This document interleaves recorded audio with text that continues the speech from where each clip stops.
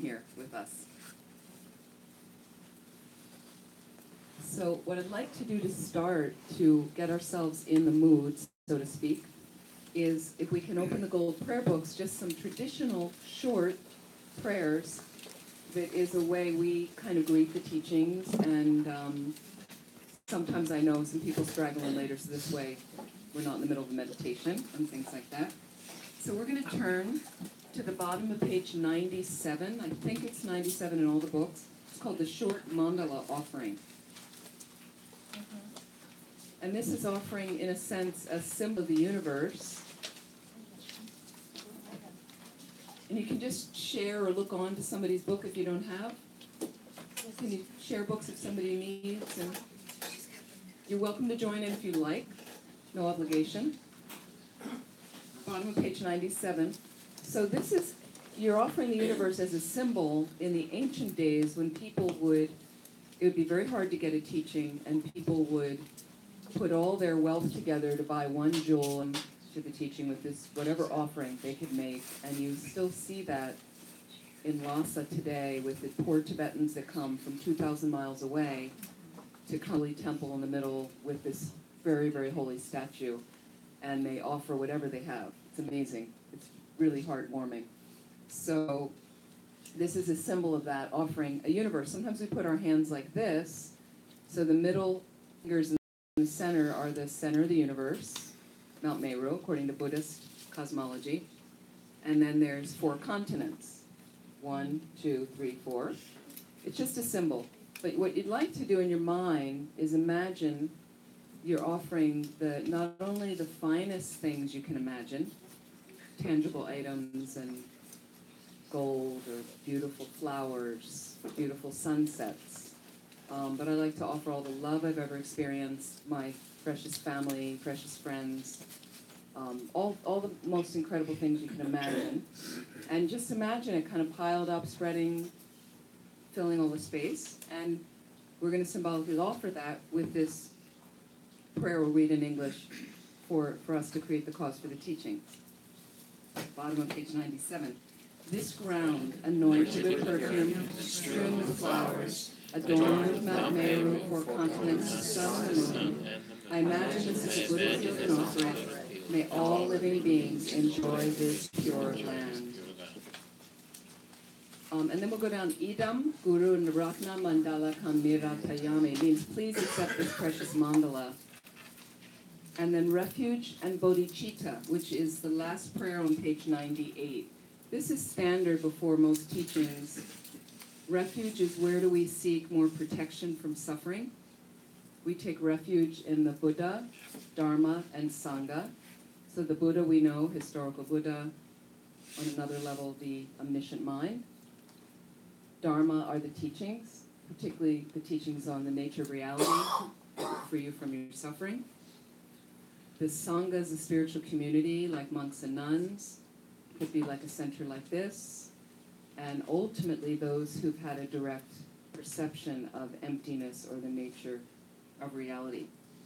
So we would seek protection in them. You would agree in your mind you'd want to take refuge once you've explored the qualities. So this is for people slowly walking along the path. And then the reason we're taking refuge is to become a Buddha, to become enlightened. And once you're enlightened, you're unlimited in benefiting all living beings. So the real purpose of what we're doing here tonight, what a lot of Mahayana Buddhists are doing in their life, is to benefit all living beings. That's what we're about, is benefiting all others, serving others perfectly. The means to do that is to become a Buddha. Because then they say you're perfect, omniscient, unlimited. Like that. Okay? So anyone who'd like to join will read 3 times Refuge and Bodhichitta before the teaching. I go for refuge until I'm enlightened, to the Buddha, the Dharma, and the Supreme Assembly. By the merits I create through listening to the Dharma, may I become a Buddha in order to benefit all sentient beings. I go for refuge until I'm enlightened, to the Buddha, the Dharma, and the Supreme Assembly. By the merits I create through listening to the Dharma, May I become a Buddha in order to benefit all sentient beings. I go for refuge until I'm enlightened, to the Buddha, the Dharma, and the Supreme Assembly. The merits I create through listening to the Dharma, may I become a Buddha in order to benefit all sentient beings. Thank you very much. Let's just sit for a moment. Find that comfortable space for your body, making sure the spine is as extended as possible. You can lightly close your eyes.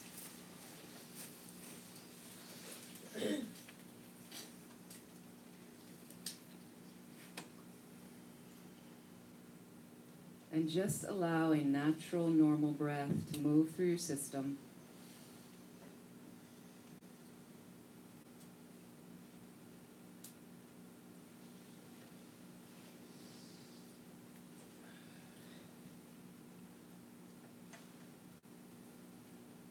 And take a moment to check, scan your body.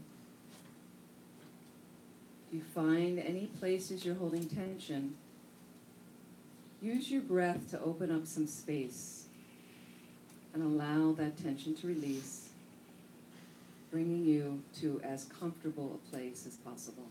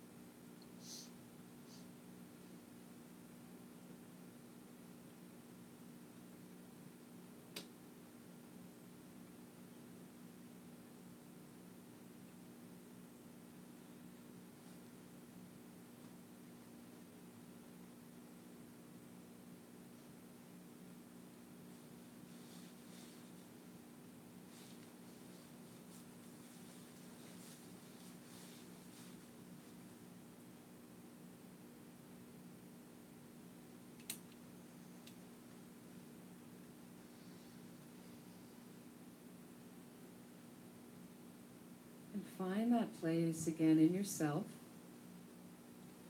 reflecting on your purpose for being here this evening.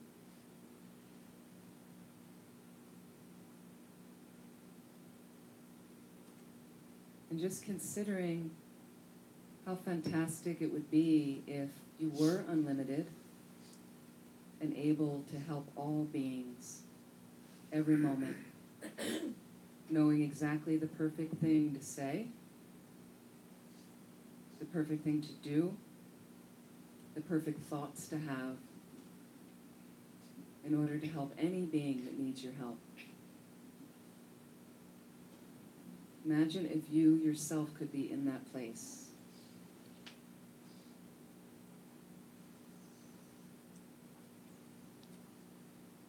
What would be different about your life if that was the case?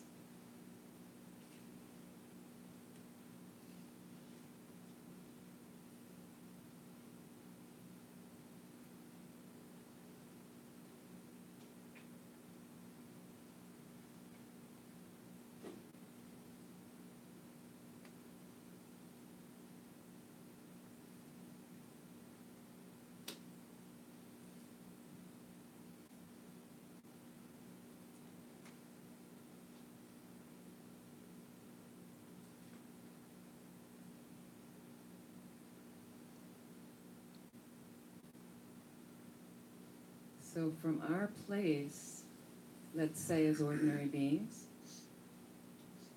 we have this seed of awakening inside of us, and we take step after step. It's a gradual process to nurture the seed with proper fertilizer and water and sunlight and all the wonderful conditions so that one day we are unlimited. It is possible for everyone in this room to reach that place. So the beginning of the talk this evening is just looking at empowerment, for one word. Empowerment. Creating slowly the confidence in ourselves to walk this path. And just checking in at times with what is it that prevents you from having the confidence that you can do this. And it's often that place that the practice comes from.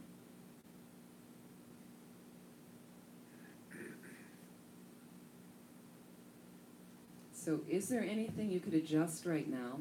Just briefly scan your life. Is there some minor adjustment you could make that may not only lend to your gaining confidence, gaining more confidence, but may help propel you a little bit more quickly on that path to full awakening? Where again, you're unlimited in helping all living beings. What little adjustment could you make? Be realistic with it. Something that is possible for you to do when you walk out of this room this evening.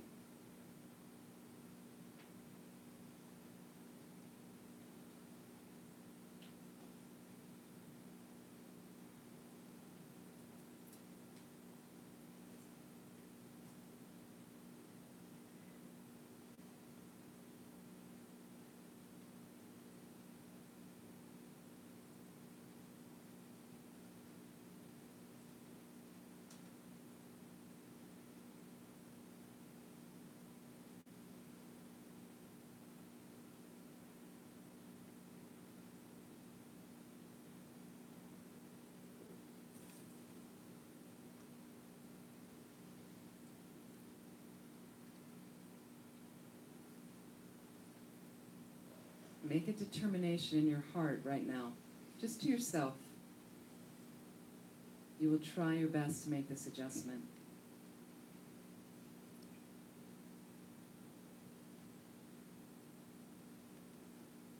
Try this thing that will invigorate some practice.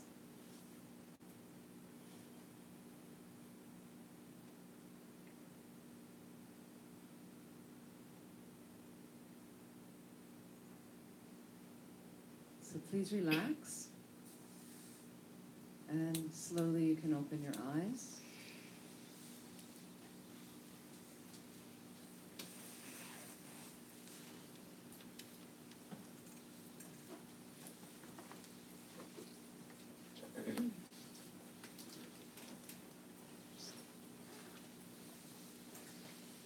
So I'm very happy to be back here this night.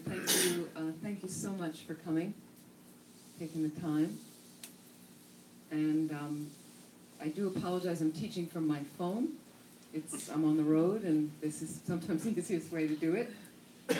I would ask, please, if you can silence your phones, because they do disturb people near you and things like that. So thank you so much. So tonight, I think, is it empathy, empowerment, and emptiness in vulnerable times, something like that? Okay. We'll see how much of that we can get to. It's a big topic for the evening, but it's great.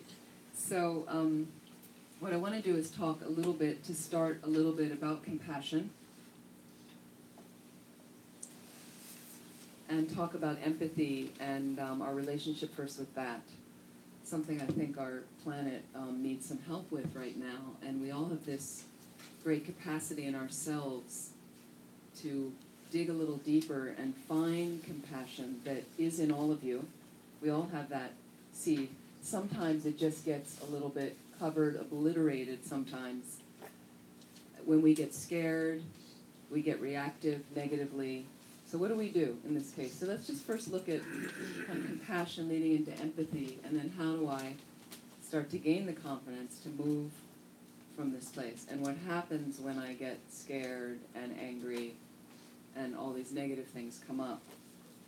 I want to read a thing from, I think we're clear about what compassion is for some degree, this sense of concern that arises when we're confronted with another's suffering. And more traditionally, they say compassion is wanting to free others from suffering. Free others from suffering. We see a lot of suffering on the planet, and a lot of times people feel disempowered in front of it. I don't know what to do. The recent one I was struggling with, not only was there a horrific story today about India and a rape, that one thing, but I couldn't get my mind around this family that was holding 13 children hostage. And people, so you read these things, and they're horrifying. And then you're like, number one, what is that about? But then it attacks you here, if you happen to see the news, and then you get a little shut down. I want to withdraw. I don't want to look at the news. Everything, and then sometimes the mind spins. This is horrible, horrible, horrible, but it doesn't do anything for you or anyone else. So it's one thing to look at a story, and sometimes because I travel, I need to know if there's issues in the world. Where am I traveling to? Is there a problem? So I do want to know a little bit about the news. But another protective thing I've done, and I've mentioned this many times before, I think I've talked about this before in here, is about protecting your mind from over-newsing it, right? So there are news addicts. How much news do you need, really? You get the stories. I know you can read every little perspective, people have the sites. So why don't you be wise and skillful, as you are? You have a level of wisdom. Can you diminish? Because one adjustment you could be, and I know people that have done this, they stopped all the cruising of the news sites, and they found they had an extra half an hour a day that they put into their practice. This is realistic. I'm not asking you to become a nun. You don't need to become a nun. You don't even need to be a Buddhist. This is about getting some time to invest in my mind. Why? Because you'll be happier and more peaceful. And then we'll be able to move along this path so you eventually get to a place where you can really benefit other beings. Like that. Okay? So the beginning is the suffering shows up. What do I want to do with it? So part of my plan is about limiting how much of that bombardment I get. I have a lot of people right now, I see people I haven't seen in a while, a number of people that try to draw you into conversations about the government right now. And certain people in the government, let's say. And somebody thanked me tonight for teaching so they didn't have to watch the State of the Union. Okay. But let's be honest with ourselves. It's your choice to watch it or not watch it. Yeah. It's your choice. So what happens is people try to draw me in because I had a background in politics. They want to draw me in. And Americans, I know we're not all Americans here, but we're an opinionated culture, right? We all have an opinion about something. And what's beautiful about our culture, we all have an opinion because we have the freedom to express our opinion. And some other countries do not. Okay? So let's relish in the advantages we have to express our opinion, but let's think about what we are vomiting out there to other people. And sometimes it's challenging. And one thing I just had last week in New York, I teach a lot for our New York Center, is I was in the subway and the trains closed down because they were doing work, and I left the class and didn't know the train shut and I couldn't get back to Brooklyn. But this guy kind of attached himself to me, and I thought he was on drugs. But what happens is sometimes it's hard when people are either loudly on their cell phone, or this guy was just loudly mouthing off a profanity after profanity after profanity. And it's like noise pollution for me, It was just, and part of it was comical, and part of it was a little scary of like, you don't know what's going to happen. And so again, we can be skillful in our compassion is, how are we when we're talking out loud on who hears what and some people are oblivious to how loud they're talking, what they're saying, what's going on, and things like that. So then I have the people that want to draw me into these political conversations, and I have found I also protect my mind. I try to, even though I have opinions, I have strong opinions, but to protect my mind of, if there's some stories I feel I don't really need any more of that in my mind, I might just say, is it okay if we don't talk about that? I really don't see much benefit. Unless the person really is distraught and needs to talk about something, that's different. But often I'm like, we go round and round, and we agree, and then people try to draw me in to agree to hate somebody with them. I'm not going to do that. I don't really need any more hate. I don't want to. So I just went. Some of you were laughing. I went to the Women's March in Philadelphia. My sign. And then you post something on Facebook. So I post things about the Dalai Lama, about promoting the center's programs. I think that's important. When a center has something, I'd like to try to get it out there. So I posted a lot about the Florida centers, North Carolina. When I post the Dharma things, I don't get a lot of hits back. When I post something I think is mundane, like me at the Women's March, everybody commented. I was like, and one of my nun friends said the same thing. It's like something more meaningful. And then, so I went to the Women's March, and I went with some wonderful women from my neighborhood that I really like, and I respect them and everything. And we were leading some chants. But then one of them got into a negative chant, and I have a loud voice, and she said, "Oh, come on, Amy, can you, and then I just stopped because I didn't want to do a negative chant. I'm like, that's not why I came to the march, and so I said to her, I said, I don't really want to do a chant like that. So you have this ability to speak up and to find your way of like, that doesn't feel comfortable with me, and when you can say so in a gentle way, it's very empowering. Now, you also have to find your own way to do it. We all have different personalities. And initially, she got me a thing, and then I found that this other woman on the other side of me got involved, but I ended up, they started chanting, and I wasn't chanting, but I'm walking with them in the middle of this bombardment. And I thought, you know what, I need to say something. But for that moment, there's always time to breathe at this moment, and I thought, let me just think about what I want to say to her, how I'm going to say it, the tone, because I really like her and I want it to come out in the right way. So we have these options.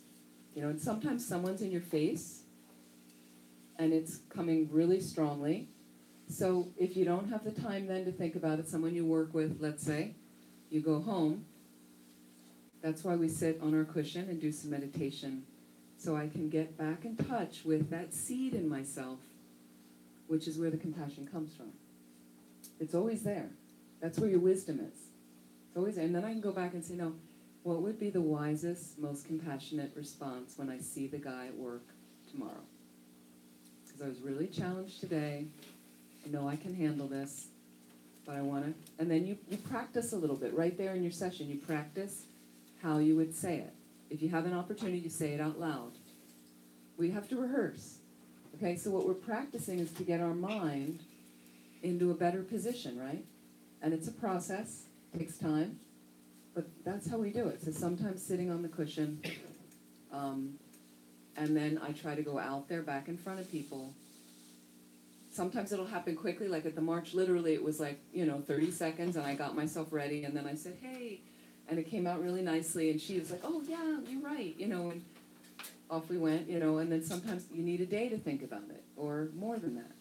And then you come back, okay? So I think this is a kind of a gift we give ourselves, and then indirectly it's a gift you give to other people, this thing. So give your mind some space, and part of it's through meditation, and then part of it is, getting out there practicing with people. And then sometimes you make a mistake and you fall flat on your face. You messed up, you said the wrong thing. So I can always go back and apologize. I go back to my cushion and think, what happened today? Well, I was a mess. Sometimes we're in a bad mood, right? Sometimes you feel you're ill. You don't feel well. It's understandable. So give yourself some space too. You are also a sentient being. So you also deserve the respect, the kindness that you want to care with others, give to others like that. It's absolutely necessary like that. So I want to read this quote from His Holiness, the Karmapa, and also compassion, the English word compassion. from its Latin root to suffer with. So sometimes when the really, really unfortunate news story appears, okay, you see something, you're not going to be able to fix it. Let that one go. Let that one go. But can I hold it in my heart? Because that's to suffer with. You know, it can be brutal. There's some brutal news stories that have shown up lately. You know, and you're kind of like, oh.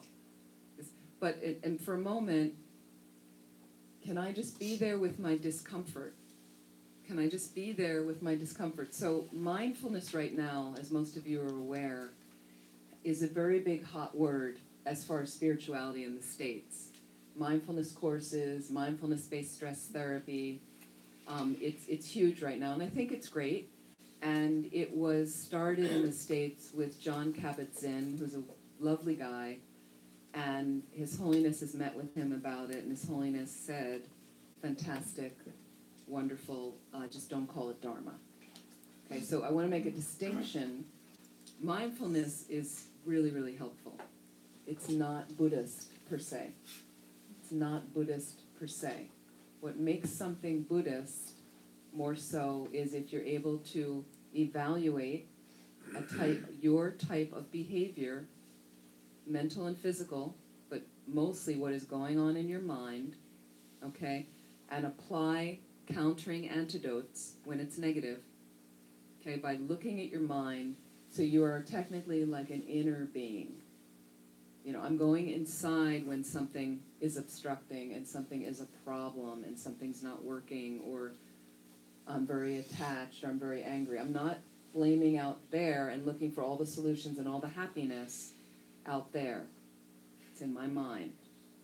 Okay, and then there's other layers that you'd say could make you a Buddhist, like taking refuge and acknowledging the impermanent nature of all things, and that this cycle of our lives is in the nature of suffering, and there is the nature of reality that counteracts all that. So these are certain premises that can lead you on a Buddhist path. Mindfulness is simply, I'm working with my mind to note what is ever going on in my mind at any given moment. And I'm going to work with it to be able to calm myself down as an antidote to stress, depression. Fantastic. You know, even mania. You know, is when I notice I'm getting overly excited at this. So a lot of times when I see these negative stories, my breath is always there. Okay, we're all breathing. Let's hope. Okay? And the thing is, you use your breath. Mindfulness is using the breath. So I might see a news story, and instead of constricting and being like, and instead of getting angry, cursing the parents, let's say, or the rapist, or all that creates is more separation. Okay? And it even creates more separation here in my heart from me and my wisdom and compassion. Every time I want to make other and throw a dart of other and throw a dart of negativity and hatred and anxiety and depression and you're no good and you're stupid and giving somebody the finger when you're in your car creates you separating yourself from that experience, and then because you separate in here, you separate yourself externally from other people. So I said I couldn't get my mind around the story of the people keeping the children hostage. So I think about it, and I think, wow, what is that mind state of the parents? That level of confusion, I thought, just my limited view, but wow, how to exist with that level of confusion, right? Is anybody here not confused? I'm just curious. Seriously, right? Okay? Okay. I'm also confused, by the way. And what I mean by that is I sometimes have mistaken perceptions about things. In fact, I have them all the time. Why? Because I haven't had a direct perception of emptiness, the nature of reality. So, and has this happened to you? You see somebody, maybe at work, maybe in here, and you rush in, you know, and they rush in, and you don't know that they had a bad day today, and they got their door dinged in the car in the parking lot, and something happened with their boss, but they come in, and you like that person, you see them, and you kind of wanted to talk to them, but somehow they look across the room at you with this kind of offhand thing, and they don't say hi to you, and they sit in their seat, and now you start a story. Ever happen to you? Yes. You start a story about them. Oh, she doesn't like me. She never liked me. She always hated me. Oh, look what she's wearing. I don't like that. I bet she dyes her hair.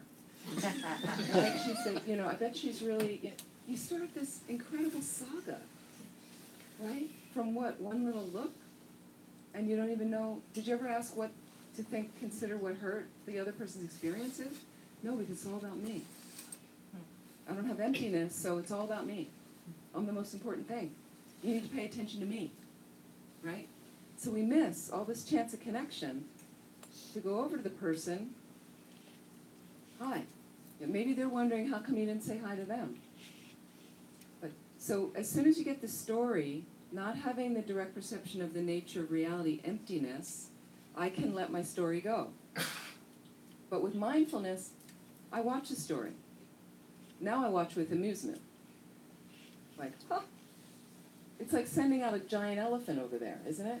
You release this rhinoceros of something, some inaccuracy, but then we believe it. So for me now it's amusing to go, whoa, what an epic tale I have just created. It's a fantasy. It's a fantasy. But look how I could get invested in it. But more quickly now I'm able to be like, that is not the whole truth. I have a valid perception. We have a valid perception, meaning, but the person looked across the room at me like that and didn't say hi. That's a valid perception. But do you know the whole story? Not till you walk over to them and go, hi, how's it going? And see their response and see what, and they go, God, I had a horrible day today. My car, this, and my boss, and you go, oh, wow. And then you have connection. Now you're communicating. But you can hang on to your story and stay on the other side of the room, and then you suffer. Okay, and then causes alienation. Well, they didn't say hi to me. So you're not going to say hi? So this happens all the time. It happens in very blatant, it happens in very mundane situations.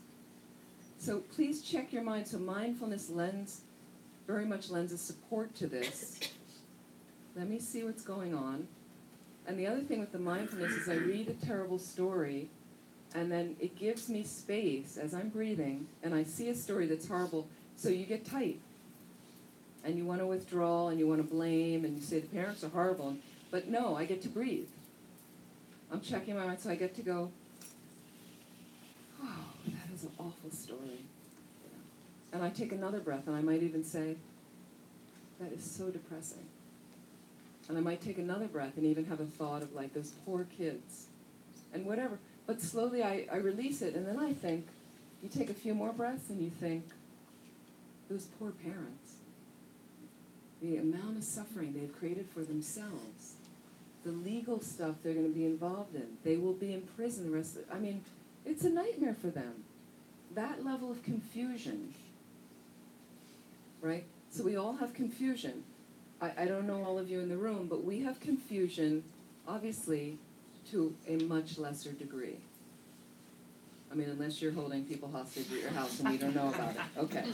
But to a much lesser degree, we have confusion. We all mess up. We all make mistakes. We are human. We are allowed. As a human, that's what it means. You are flawed. I'm not laying a trip on you that you're bad. I'm just saying that's natural. So when I make a mistake, I don't beat myself up anymore. It's part of the natural state of who I am, but I pick myself up off the ground, brush myself off, and then I work with the Dharma and my mindfulness together to kind of say, whatever happened? What were you thinking? Or why did you say that? What did you think you were going to accomplish by saying that? Where was it coming from? There's many layers of analysis. So I go back to my cushion and I ask myself and analyze all these layers. What was my motivation in doing that? What got me to be off kilter in that space? And you can analyze, oh, I was really, really tired. Yeah, okay. So you know what, I need to take better care of myself, get to bed earlier, get more sleep. Or actually, I was around those people I didn't feel safe with. And every time I'm around them, the influence is not so great, so I end up getting nervous, saying these things, or I was around these people that demeaned me the last time I was around them, so I had a little trigger to make sure to protect myself, and I overprotected myself and said something snippy. Right? Haven't we all been in these situations? So what happens is through that process, and this is a lifelong process. I've been doing this for years, right? Some of you have been doing this for years. Is through the process, you get to yourself better. You get to know yourself better. You deserve that, to really get to know yourself. Meaning, your good qualities and your negative qualities. Like that. And learning to accept more of the negative qualities and getting wiser with them. So I know if I'm really tired, things aren't going that well, I'm really tired, and then I end up around those people that kind of push my buttons, I have to be very, very careful. Not just careful, but I have to be very vigilant about my mind. It's not about blaming them and watch. I really need to watch, and if I start to feel demeaned, or they're doing this again, or they're excluding me, or whatever your trip is, right? I'm going to breathe. And this is what the mindfulness can add in. I will breathe, and I'm just going to notice my discomfort. Just going to notice my discomfort. Life's uncomfortable, right? So it's just like that. So I'm just going to notice right now. And as I'm noticing discomfort, I will also start asking myself, is there anything I can do about it right now? Okay, if there is, I'm going to try to take some positive action. But meaning, is there anything I can do about it motivated by compassionate wisdom? I'm going to try to move from there. And sometimes there's nothing you can do about it. You're at a certain dinner, and this person is really being out of line and stuff, but the dinner's going to finish soon. I'm just going to wait till it finishes, and within 10 minutes we're going to be out of here. Okay. You can certainly put up with that and be pleasant and so you have to weigh, and this is where you build your wisdom. As you develop your wisdom, which all of you have, it grows my compassion for myself and others, and it's from there I develop more and more confidence on the path. I can do this. I can do this. Again, not without mistakes, but I'm doing it, and I learn from the mistakes, so then I move on, and I learn from mistakes, so maybe I'll be more cautious to put myself in long situations with these people I don't feel safe with, based on past things. Maybe I'll eventually get to a place where I can discuss with these people that I don't feel safe with them. Like there's some behavior that's not really beneficial, and maybe I'll find a very positive, gentle way to discuss with them. Or maybe not. Maybe I'm just choosing not to spend as much time there, or to discuss with the boss. Here's something I've been thinking about. This would be more beneficial, and you find the right time and the right moment to gently go forward, right? Possible? Are we communicating? Yes. Mm-hmm. So let me read this from the Karmapa.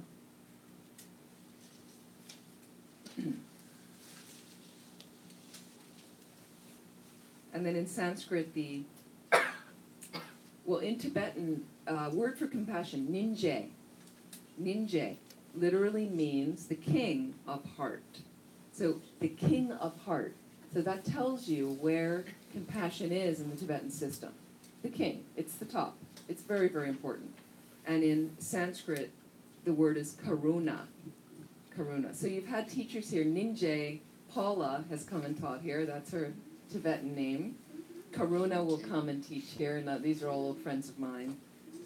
Compassion. So they come from compassion. You've got all this compassion coming through. It's great.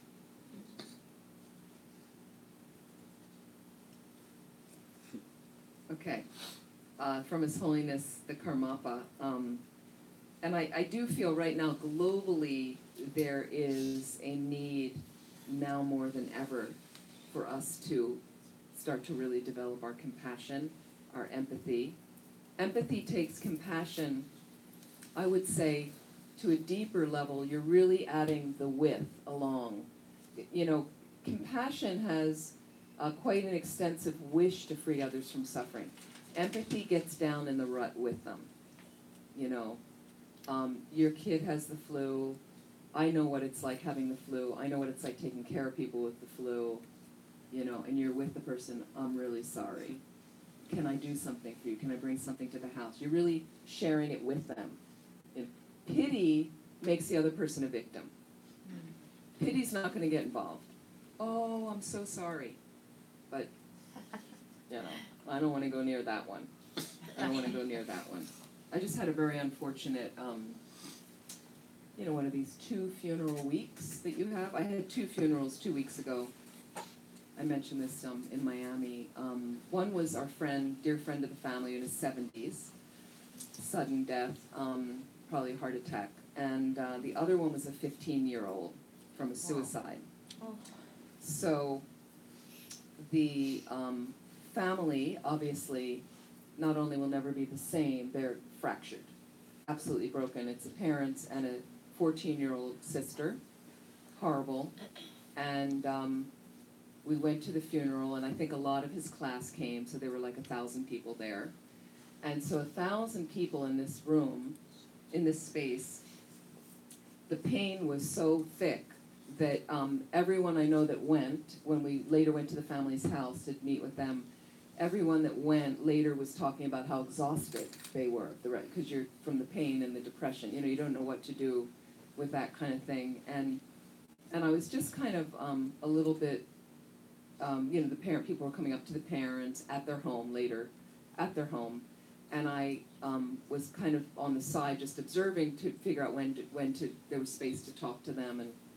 But it's interesting when you see people saying the wrong thing, or saying something that, I could see other people cringe, or, some people don't know what to say. People don't know what to say.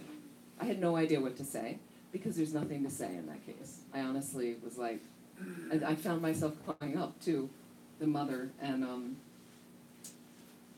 I told her how sorry I was, and I just looked at her and really met her eyes and said, I just don't know what to say. And she threw her arms around me, and she said, there's nothing to say. And so then we really talked. Like somehow there was some kind of opening, and I offered, because I had a suicide in my family, so I offered, coming from that space. I knew how ugly it was, how horrible it was. It wasn't a child in our family. It was horrible, though. So I couldn't even imagine having your kid do this and the pain. But I just wanted to offer. And I felt like I was down there in the trench with her at one point, and said, please, if you ever just want to call, you want to rail, you want to scream, you want to cry, and you don't want somebody in your immediate family, you just want somebody outside, separate, discreet, please call me anytime. And then she immediately started talking about, the suicide, and wanted to know about our suicide. Did he leave a note? Did he do this? Because she had all these unanswered questions, all these things. So empathy asks more of that. I know what you're experiencing, and I'm going to hang here with you. I will stay here with you in it. Pity is like, oh, I'm so sorry for you. And you are down there, and I don't want to get my hands dirty, and I'm kind of looking to get out of here as quickly as I can. So you can think about that a little bit with people. Is pity has the heart kind of closed. Empathy, you're kind of raw and bleeding with them. So is it uncomfortable? Completely uncomfortable. So is samsara. Okay? Samsara, Sanskrit word, to turn, to cycle. Cycling through birth, old age, sickness, and death. All of that is uncomfortable. All of that has an uncomfortable aspect. So through my mindfulness practice, just breathing, in many situations, I can just hang out with the discomfort. Are you okay to hang out with the discomfort? Because life's uncomfortable. So the more you can get comfortable with the uncomfortable, the more at peace you'll be, the more you're better able to help others. What happens, and you notice this all over the planet, is immediately something's uncomfortable. And what do we do? What do you do when it's uncomfortable? I'm just curious. Shut down. What are your coping mechanisms? Sorry? Shut down, run away. You shut down and run away. Yep, absolutely. What else do you do? Eat. You chocolate. You eat. What are some of your other coping mechanisms? Avoidance, sure. Sleep. You go to sleep. You numb yourself out. You turn TV on. Numb out. You go out for a run. You go to the beach. You go to watch a movie. You put on some music, you know. Now some of this I have to say, there are some healthier temporary coping mechanisms. Sometimes you need to go and look at the sunset or look at the ocean for a minute, and you're kind of like, whoa. I had a really bad week or something. So you give yourself some space. That's not something that's going to harm you. But if you're jamming a whole bunch of chocolate in your face all at once, you're going to get sick later. Like, you want to have a piece of chocolate? Enjoy. But, so look at the coping mechanisms as far as, can they lend some balance for you to then take those loose ends that are all nasty and tangled up and uncomfortable and start to put them back into a decent settled space. Like that. So that's why the breathing gives me just like, I'm really uncomfortable right now, but if I just keep breathing and kind of letting my mind settle down a bit, I can find some stable ground in there. Before I start having some reactive, numbifying, running, escaping, whatever, like that response. So again, that my spiritual practice, I've said this many times before, is a lot of times getting comfortable with the uncomfortable. And then I find there's just much more peace in the mind and much more perspective to be able to step back and see the bigger picture, rather than being reactively negative and rushed and the mind's all crunched up like that. Okay, so I keep trying to get to the Karmapa. We're going to get to him. So globally now, I'd say as a Mahayana Buddhist, which there's many of you in the room, as a Mahayana Buddhist, and that is someone on a Buddhist path to not just becoming a Buddha. You're not just interested in Buddhahood. Buddha just means fully awakened being, okay? Not just to become a Buddha, but I want to become a Buddha to benefit all living beings. To benefit all living beings is the real purpose of what we do. Becoming a Buddha is the means to get there. Okay, so that's a Mahayana Buddhist. You're interested in helping all others. So if we're interested in doing that, the planet right now needs love and connection. It needs love and connection. And I feel personally my own responsibility, I'm not going to put this on you, but my own responsibility, particularly as a nun in the Mahayana Buddhist tradition, is however I can try to continue to reach out, across an aisle or an ocean or whatever you want to call it, to somebody who's different than me, who shares a different view, on any level, religious, political, community-wise. It's my job to try to strike up and find a way to have a healthy relationship with them. Because then you make a friend, right? And once we're friends, much more connection. And they have much more ability to hear what I'm saying, and I have much more ability to hear what they're saying. Really open myself up. I like to talk to people with different views because it teaches me something. Like that. If everybody had the same views I have, it would be a really boring planet. So I think right now the planet needs that kind of response from us. Again, you're going to show up in your own way, whatever that means for you. But I really feel like with compassion, opening our hearts, and also staying there, many times with the discomfort, is a lot of our job right now. And these are some things from a compassion course I have. Did I do that last year here? Is that what I did? I can't remember what I was doing. Can't remember. Anyway, hopefully you don't remember, so I'll just talk about it again. Because I don't remember. Okay. Okay, why compassion now? Think about it. These are some notes I made. Today, several forces are converging that indicate compassion's time has come. And some of this is from Thupten Jinpa's book, A Fearless Heart, that I love. As our world becomes smaller, excuse me, with our population rapidly increasing against finite natural resources, environmental problems that affect us all, proximities of peoples, proximities of cultures, religions, all of this proximity brought on by technology, demographic changes, global economy. We are being urgently called to foster the spirit of coexistence and cooperation. Okay? So we're all in this together. Okay? This reality of the oneness of humankind is what compassion is all about. Something you can think about in your own heart, life, mind, is what are you doing every day to nurture and to foster coexistence and cooperation? Some of you are doing stuff every day. I know that, right? So it's something to ask yourself every day. Now, some days you have more of an opportunity than others. So some days I'm home alone, like most of the day. So I'm not so much engaging with other people, but I also have my own mind I need to coexist with and cooperate with. Meaning, if you're beating yourself up all the time, you're not helping anybody. Why would you do that? But some people have a pattern, not feeling good about themselves. So it's a neat little thing. In the beginning I asked you, can you make a little adjustment, a realistic adjustment in your daily life that may get you a little bit more practice time? You know, what would it look like? And this is another layer of it, is the coexistence and cooperation. What am I going to be doing as I am leaving the room tonight? Here's coexistence and cooperation we can all practice.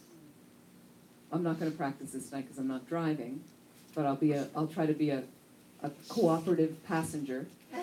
But when you drive, I don't know if I was a cooperative passenger today, I was trying to help at one point, but how are you going to drive home? Where you are harmoniously on the road. And I've talked about driving in here before, and the reason is, this is South Florida. And this is an interesting place to drive. I've driven here a lot. I've driven around here a lot. And you've got different ages of people driving from different cultures. And there's some people on the roadway here that need more patience. Would you agree? But that's really everywhere. Everywhere. My brother has a joke in the Philadelphia area. He was driving me the other day, and he said, yeah. And I said, oh, do you need to get over? And he said, yeah, I do, so I'm going to put my signal on. He said, so all the cars in the right lane can speed up and not let me in. Sometimes in Philadelphia it's like that, right? We are the fans that threw snowballs at Santa Claus. Yes, that is us, okay? So, but ask yourself, how am I contributing just in my getting home tonight? You have a perfect exercise. And if you slow down 5 miles an hour, and what is the rush? Are you having a meeting when you go home? Do you have a meeting tonight? So you get home 5 minutes later, you probably get home feeling more relaxed and peaceful a little bit. I helped somebody get in. I saw they had their signal on. It was an older guy.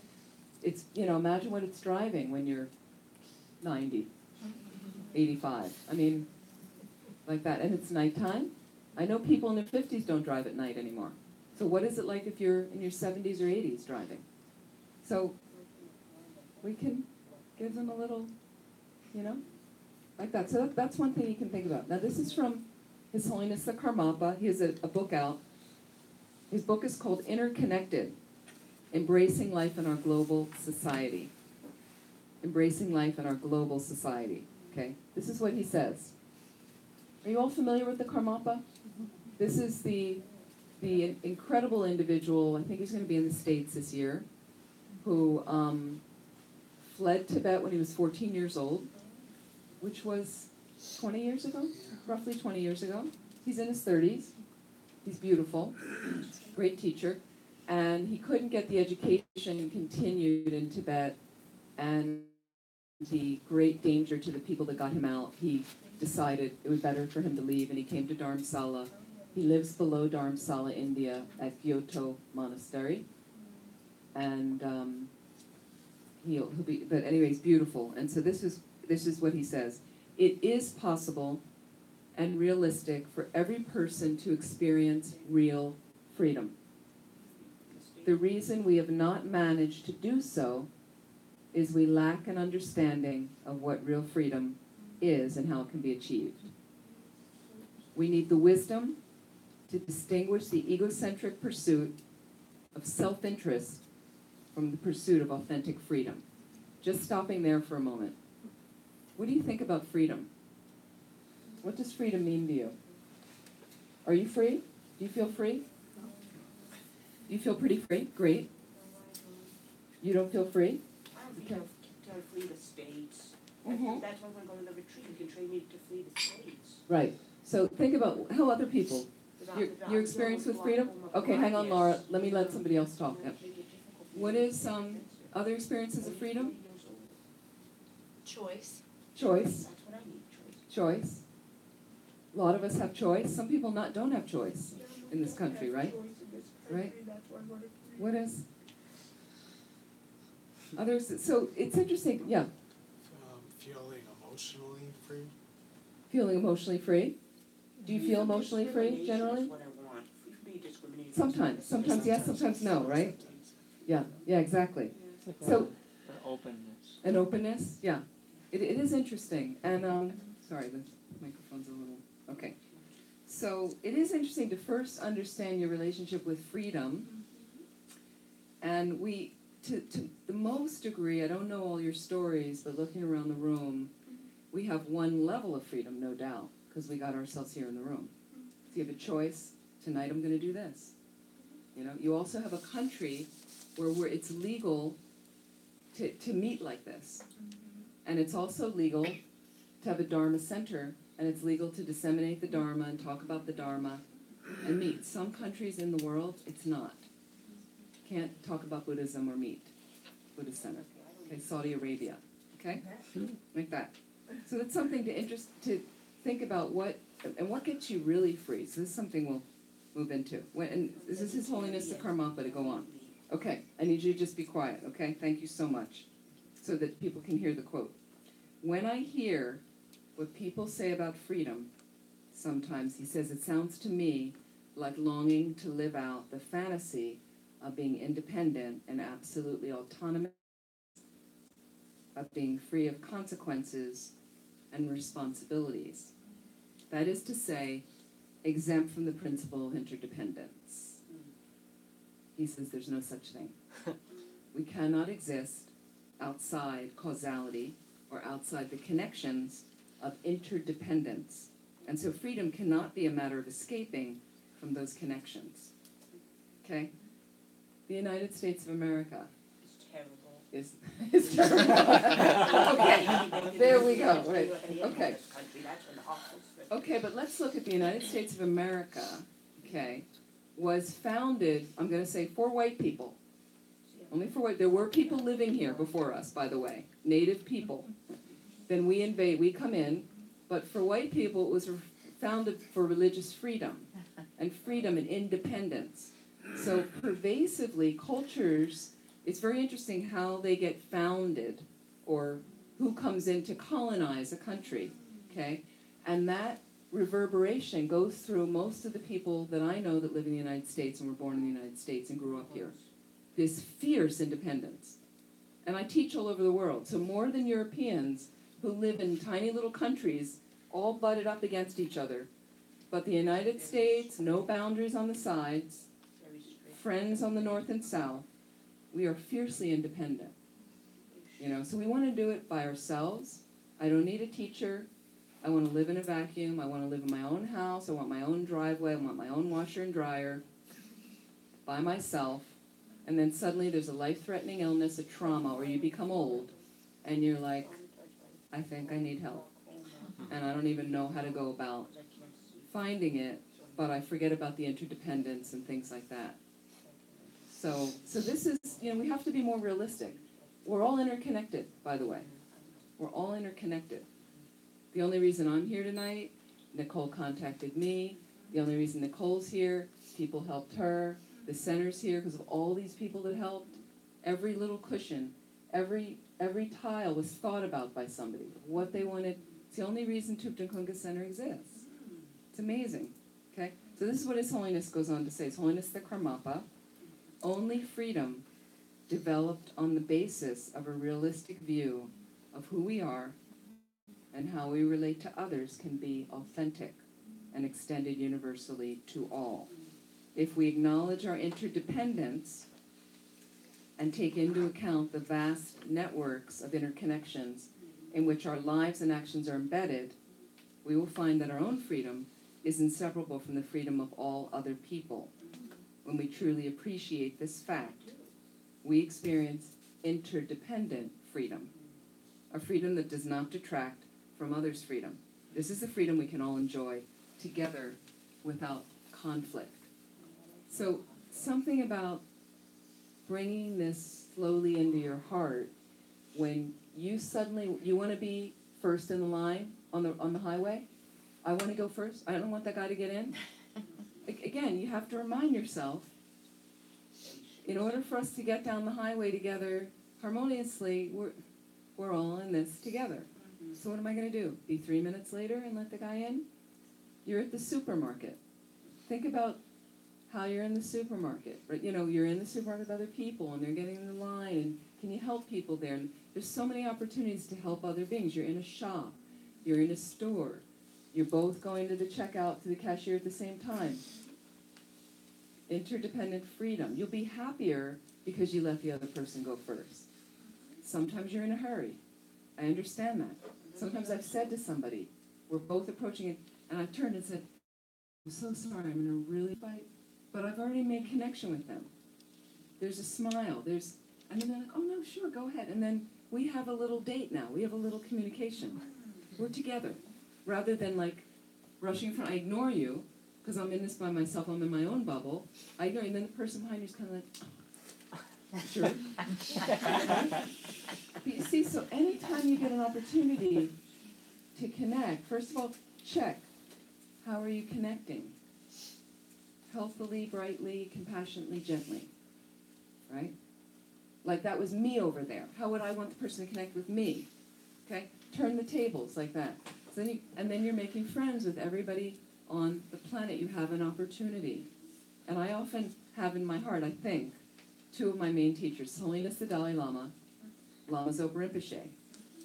And sometimes if I'm really pushed and really squeezed and somebody's really bothering me, and then I think, what would Rinpoche do now? How would His Holiness respond to this? His Holiness, who is friends with everyone on the planet, ever being around him and seeing how he's so, hello, so it's like, I'm not His Holiness, I'm not Rinpoche, I don't have that level of mind, but you have to develop it, you have to start and practice. And if I don't practice it, I'm not going to get there. So I try. Now sometimes you might try too hard, or you do something and somebody kind of goes, okay, so I go, okay, no problem. There's, like that. So you keep trying to make a connection, okay? Any questions so far? And then I want to talk about emptiness a little bit. But any questions so far of what I've been?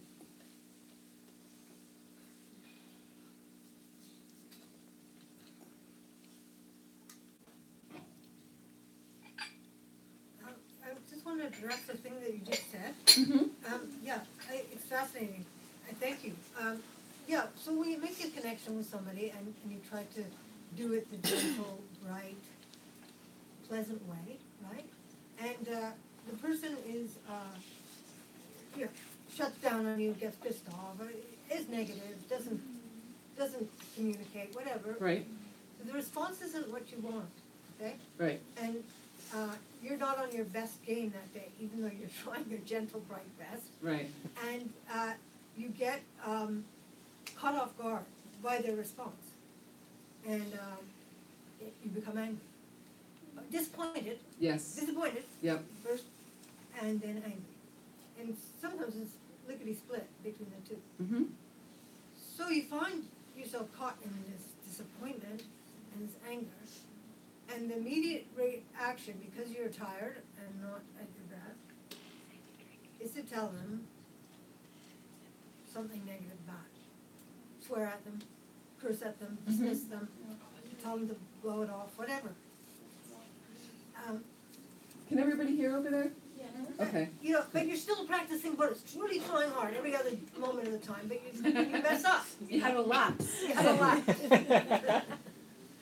Okay. Who would you say to that person? Would you say you have to meditate more, or you should have gone out that day, you knew better?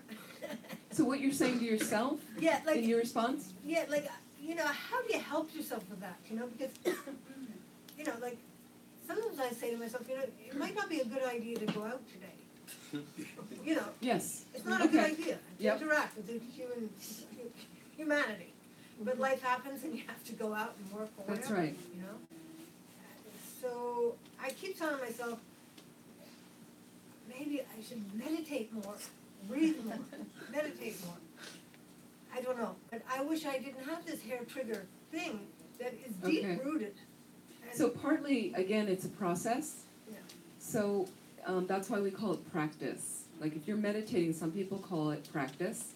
Practice can combine meditation with prayer recitation and chanting mantras and visualizations, and it's a whole component you can build over time, slowly, but I would start small.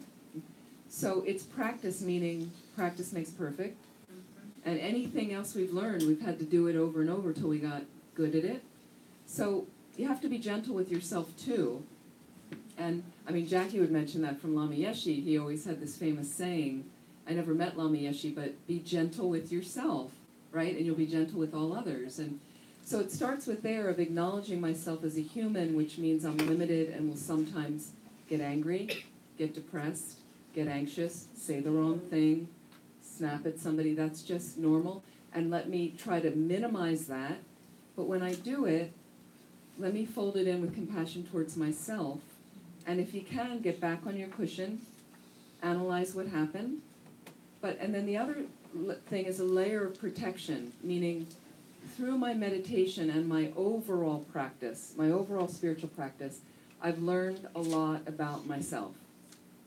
And in that process, I've learned that to beware of certain behavior I'm going to do if I'm extremely tired, because I get cranky.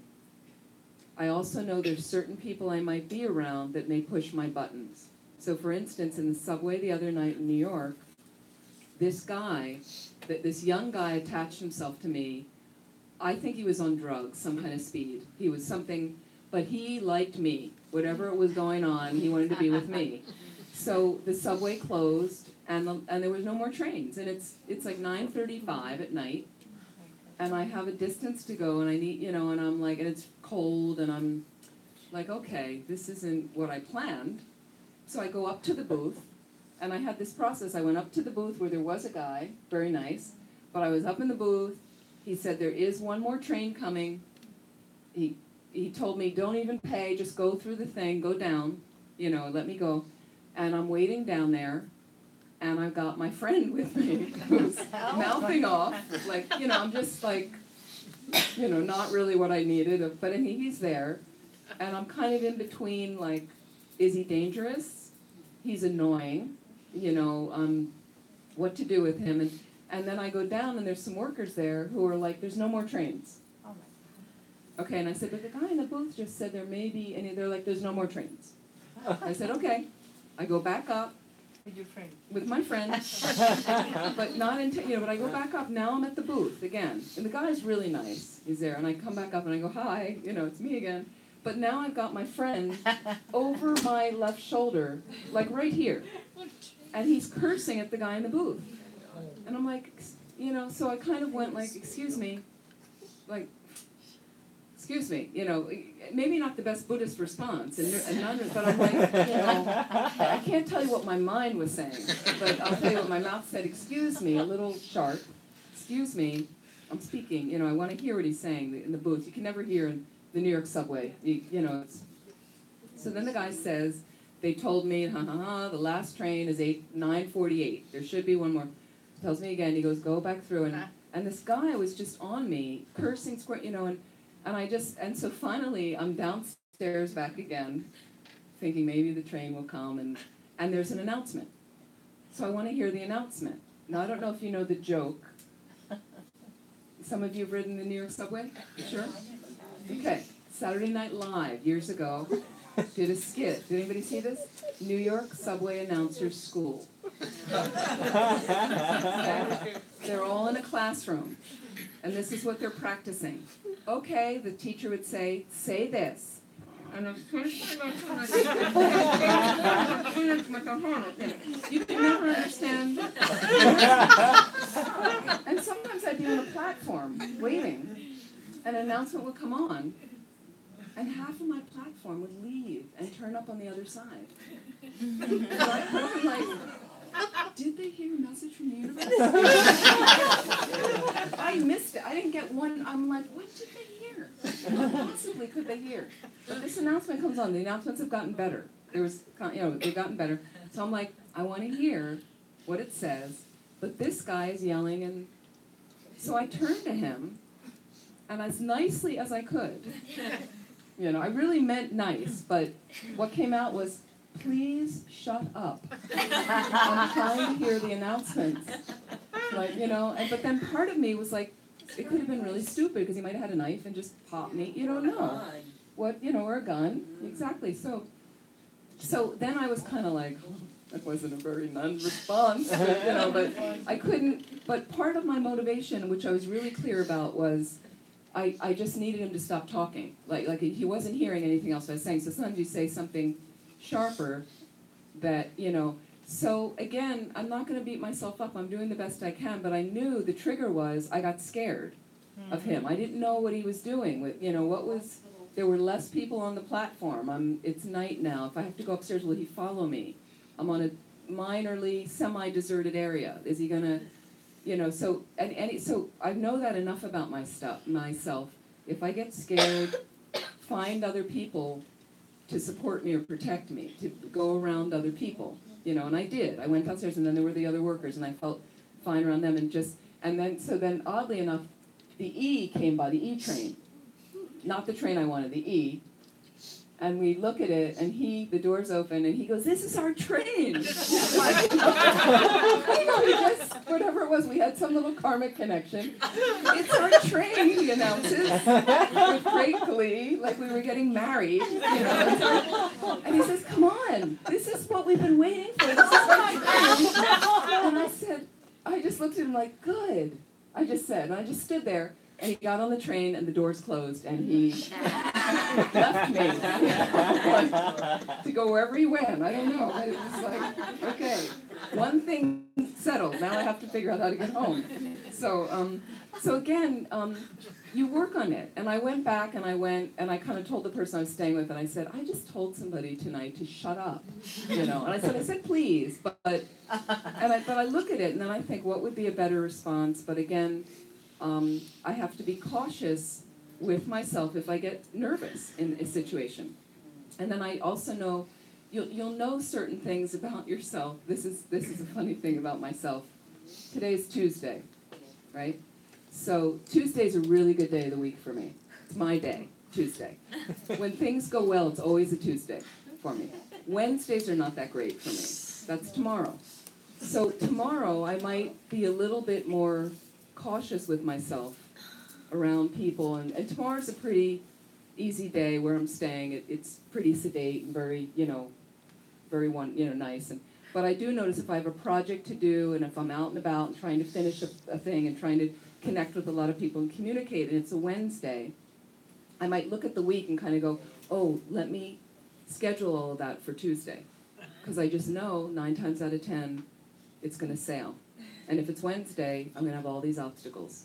So learning these things about yourself, learning when you're with certain company, sometimes people don't benefit you, like it's difficult. And there's certain people you're around, and when you're around them, all the lights are turning green, and everything, you feel really kind and really spacious. So you learn that around yourself to know what triggers are coming in, so a little bit you can set up some of the situation of the kind of work you want to do. Now, you can't control everything. The only thing I can control is my mind in the space, but knowing myself better and better, then I can kind of work with what's happening, slowing the space down. And I wished a little bit with that guy in the subway. I was so startled about the train not coming that there was no sign prior to that when I came out of the subway, like 2.5 hours earlier. And this has been an issue that they said in the subway. They're not alerting people when the lines are down and people are getting stuck.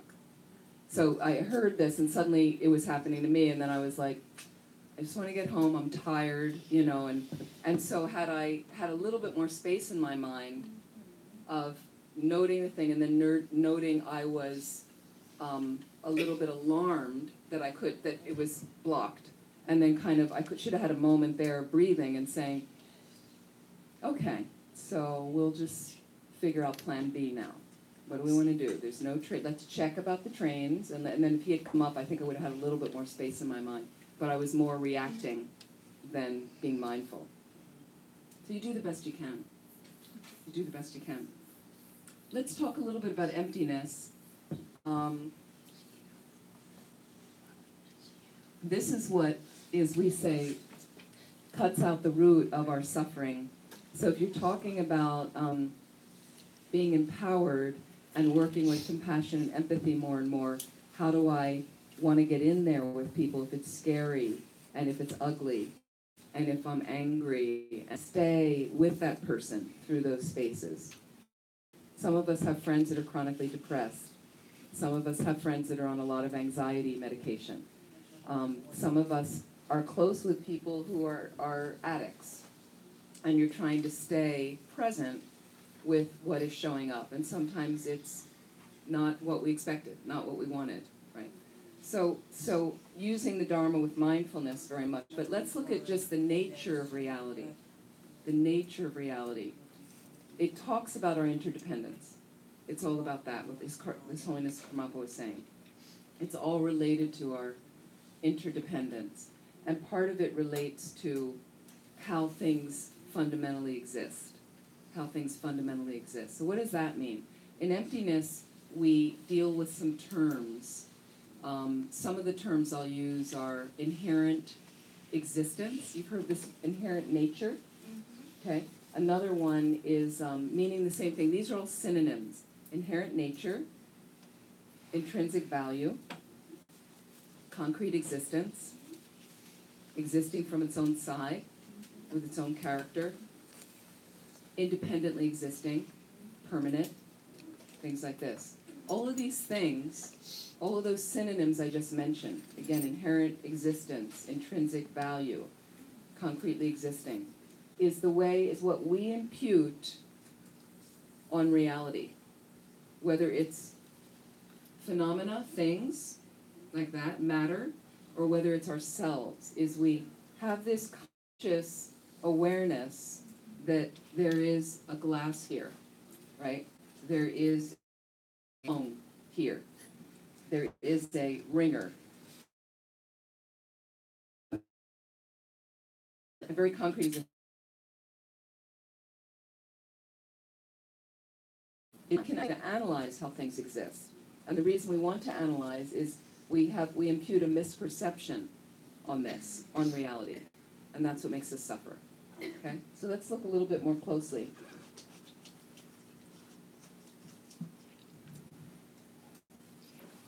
I'm going to use one of my more favorite props.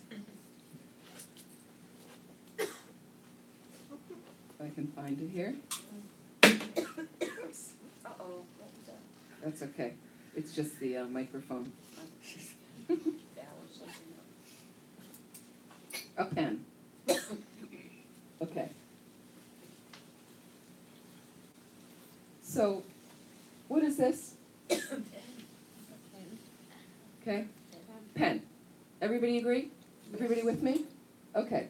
That means we have an agreement. We have a conventional arrangement that this is a pen.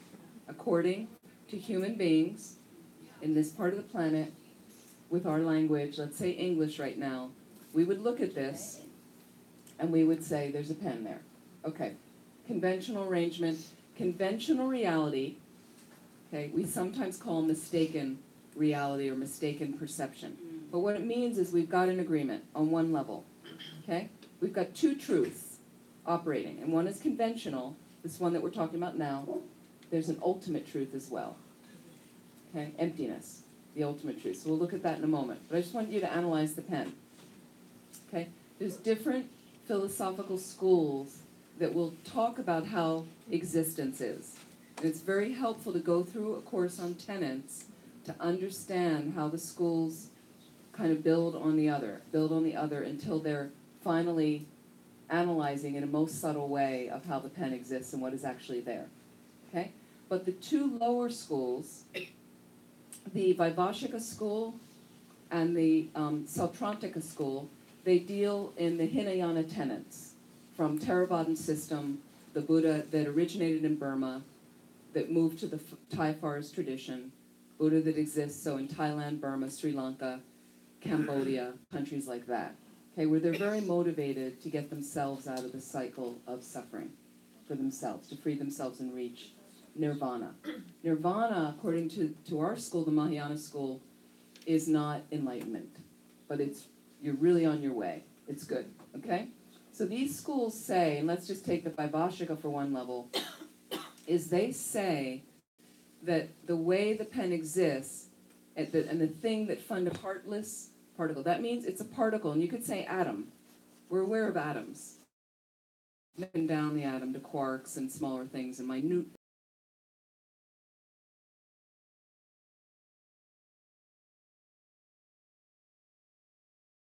Means there's no sides, no inside.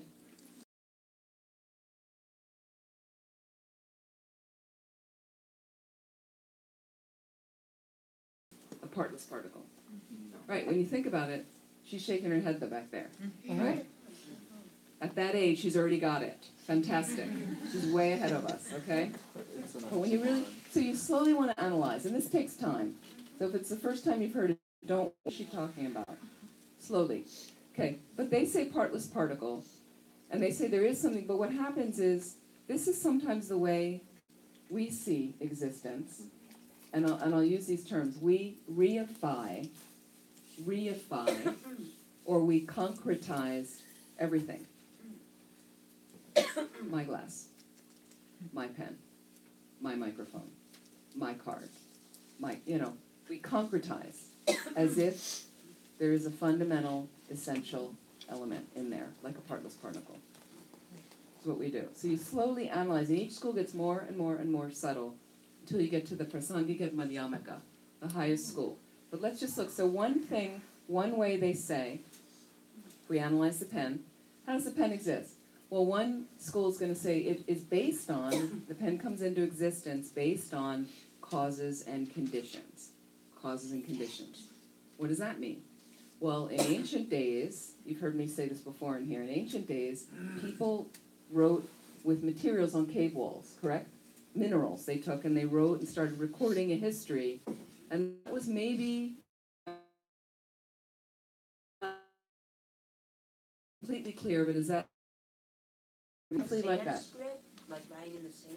Like that. People would do stuff like that. You're right. Exactly. Okay. So then you're going to fast forward, and then you had somebody invented ink wells, and somebody invented a pen and dip in the ink well, and they started getting more sophisticated. Quill, like the feather? With that, exactly. Quill with the feather. Okay. So they started writing like that. Okay. And then you want to fast forward to modern days. Somebody invented plastic. And somebody wanted to make some money, and they mass-produced plastic pens like this. Okay, so this is what I'm going to call causes and conditions for the pen to be here. All of those subsequent, the evolution of the pen, and the fact that people want to record stuff. Everybody with me? Causes and conditions, how the pen comes into existence. Okay, you have a need for it, and it functions as a pen. Okay, number 2, how does a pen exist? Depends on its parts. Depends on its parts to exist. What does that mean? Well, this is simple. I might call this the top of the pen. I might call this the bottom. I might call this the side. Okay? And then you're pretty aware, inside there's an ink cartridge, correct? Yeah. Okay, and there's ink.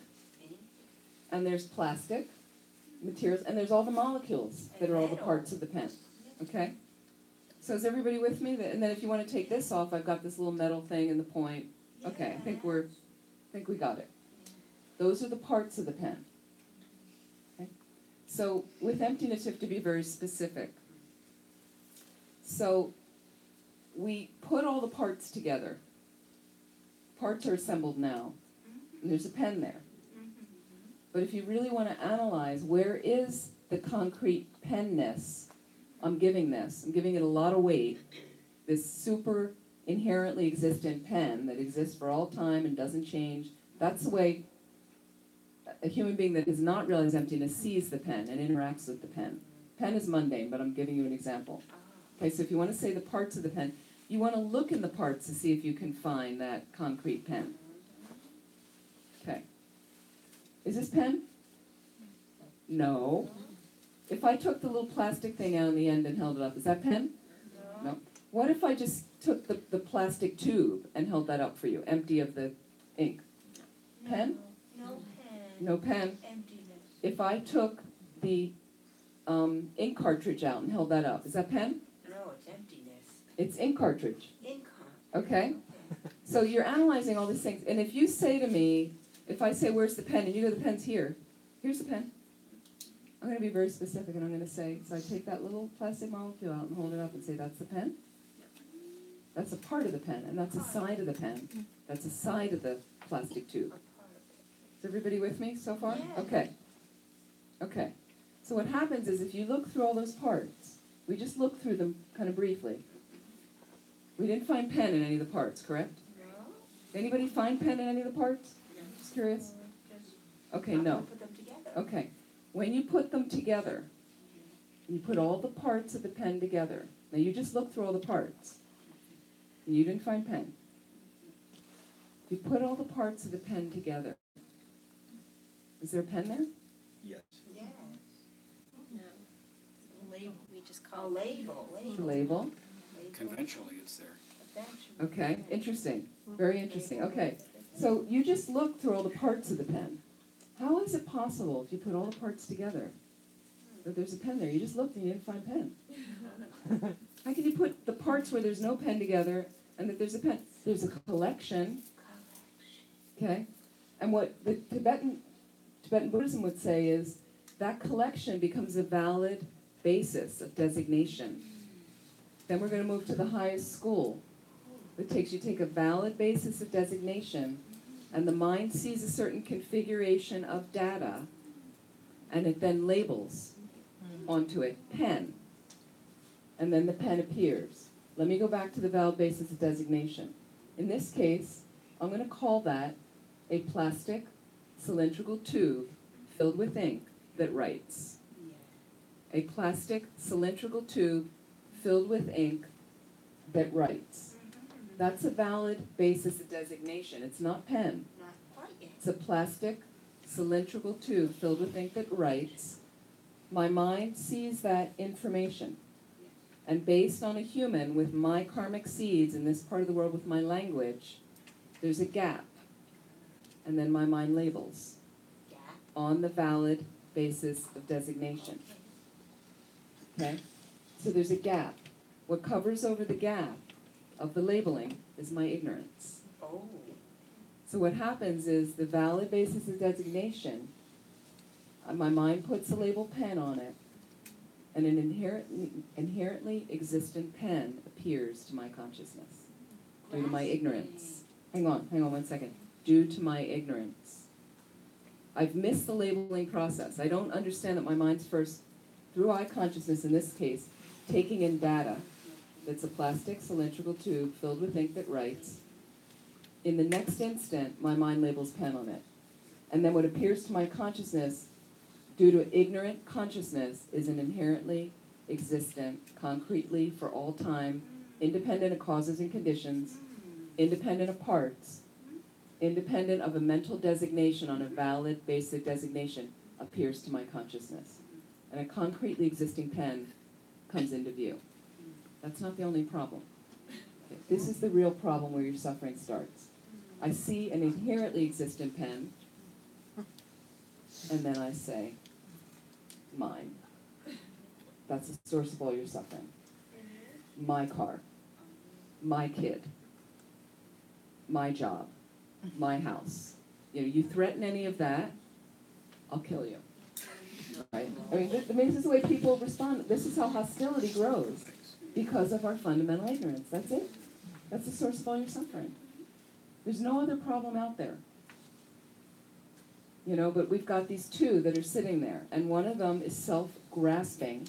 I don't understand how I independently exist with all beings, and how that I comes into being as a label on the parts of my body and mind. Like the mirror eye. Okay? And the other problem I have is after I have this self-grasping, I have the self-cherishing. It's all about me. Isn't it? You're not thinking about me? You're not talking about me? What? I'm the most important thing there is. So because I have this mistaken notion about myself, it's completely dominant and out of proportion. Self-grasping, self-cherishing. It keeps you from being empowered. It keeps us from being empathetic, from practicing compassion on the planet. Now, we're not going to fix other people and say, well, you're ignorant. So, I mean, if you don't understand that pen exists. You know, we're in mostly a non-Buddhist world. But this is about you taking care of your mind. It's about you and your mind always with a good motivation of compassionate wisdom in relation to everybody you're bumping up with at any given time. You know, in your living spaces, in your apartment complexes, in your communities, on the roadway, at work, in the supermarket. We're constantly coming in contact with people. We can do it compassionately and wisely and skillfully, and occasionally bump up and make mistakes, and people go, you know, and then go home and go, wow, I told the guy to shut up. Okay, I wasn't so skillful. I understand why I did it. I mean, it wasn't that rude the way I said it, but, you know, I need to be careful, okay? And sometimes we mess up worse. And sometimes we mess up more lightly. So it's good to have a sense of humor as well, and be able to laugh at yourself within reason and in perspective, and to continually keep analyzing when you get tweaked and when you get squeezed, what's happening. You know, just to be mindful, to take a breath, take a second breath or a third breath, and remind yourself, the more you can think about emptiness, that things are merely labeled on valid basis of designation. So do I really need to get that bent out of shape? Now, it doesn't mean you don't respond practically. For instance, if your kid has the flu, you know, if you're having financial problems, if you're having terrible communication issues with someone in your family or your partner, you need to participate wholeheartedly, practically, with as much wisdom and compassion, okay?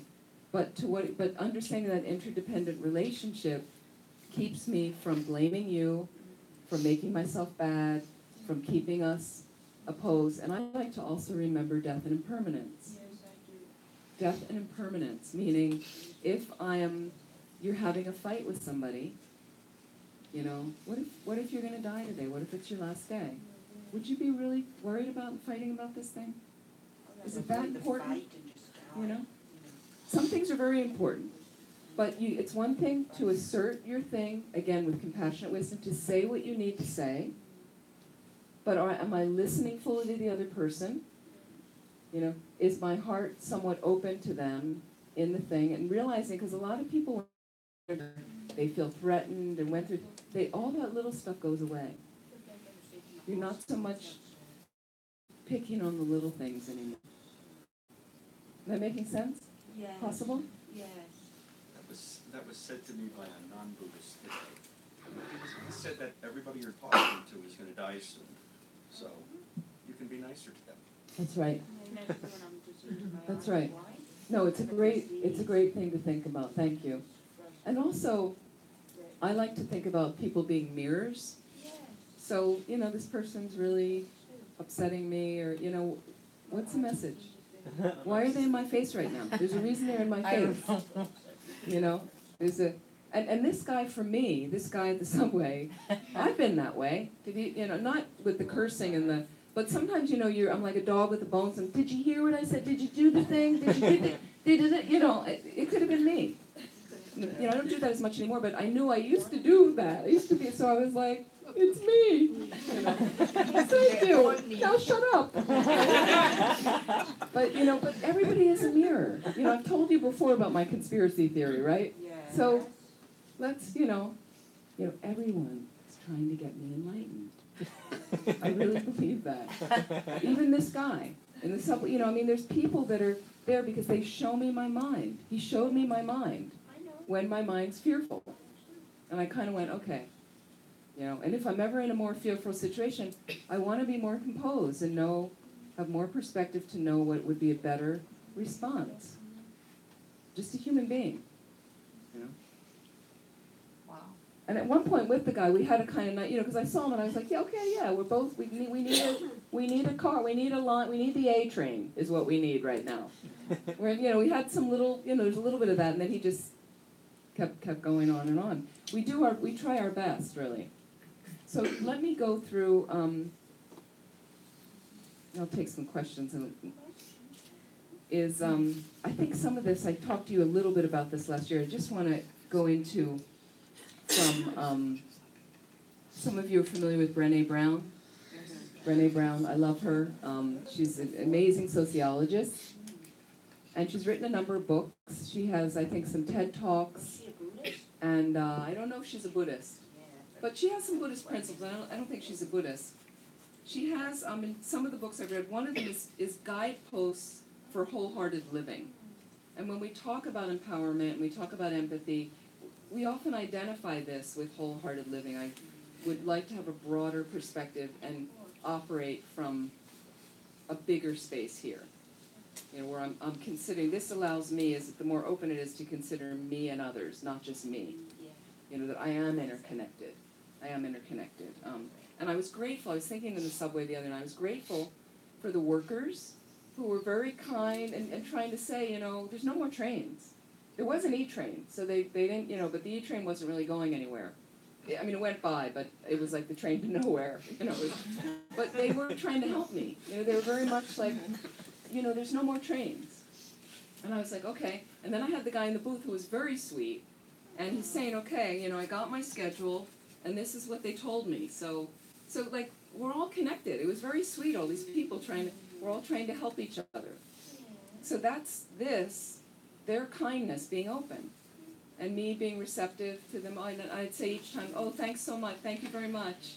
Great, and then I'd go back down, and then me and the workers, like, thanks very much, and back up I go. And, you know, it was a funny evening. So she has some things about what happens when we're not being as authentic, you know, and she talks a lot about vulnerability, which I love. You know, when I say vulnerability to you, what comes up in your mind? I'm just curious. That I'm in danger, that I'm going to get hurt or be in the hospital. That's my biggest fear. That you're in danger. That you're in danger, right. I can't see if my glaucoma Right. disease. What else comes up for you?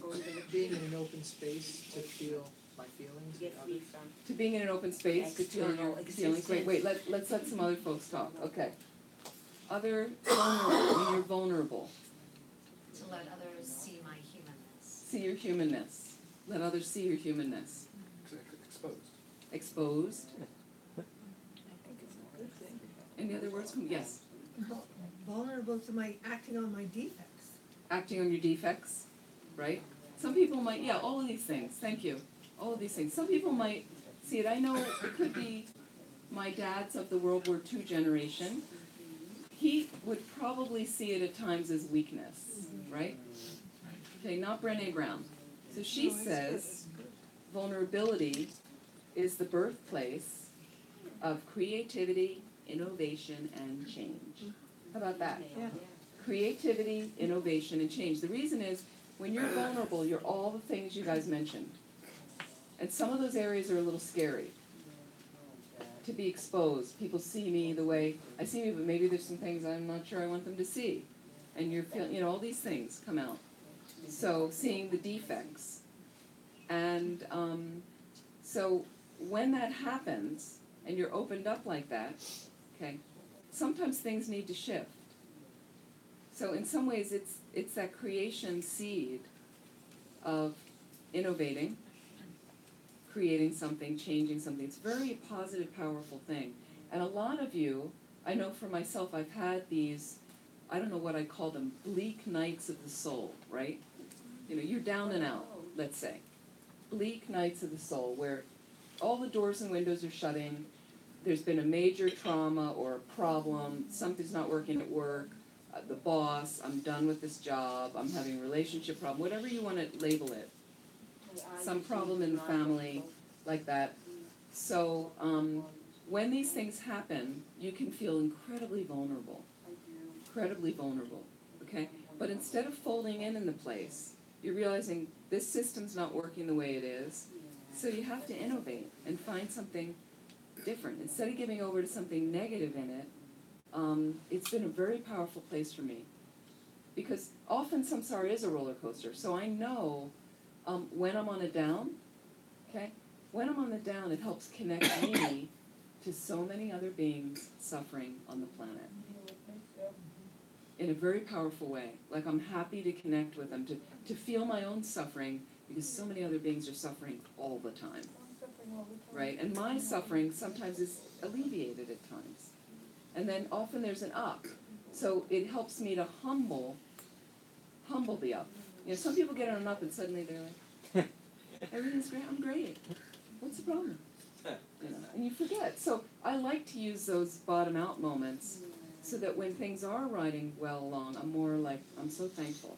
I'm so grateful right now. Thank you so much. I don't know how long this will last, but like, God, it's so great right now. And because it is great, I have more ability to reach out and help others in their suffering. And I know what their suffering's like, and I'm willing to stand with them in it. Like that. And that's power. That's power. Yeah.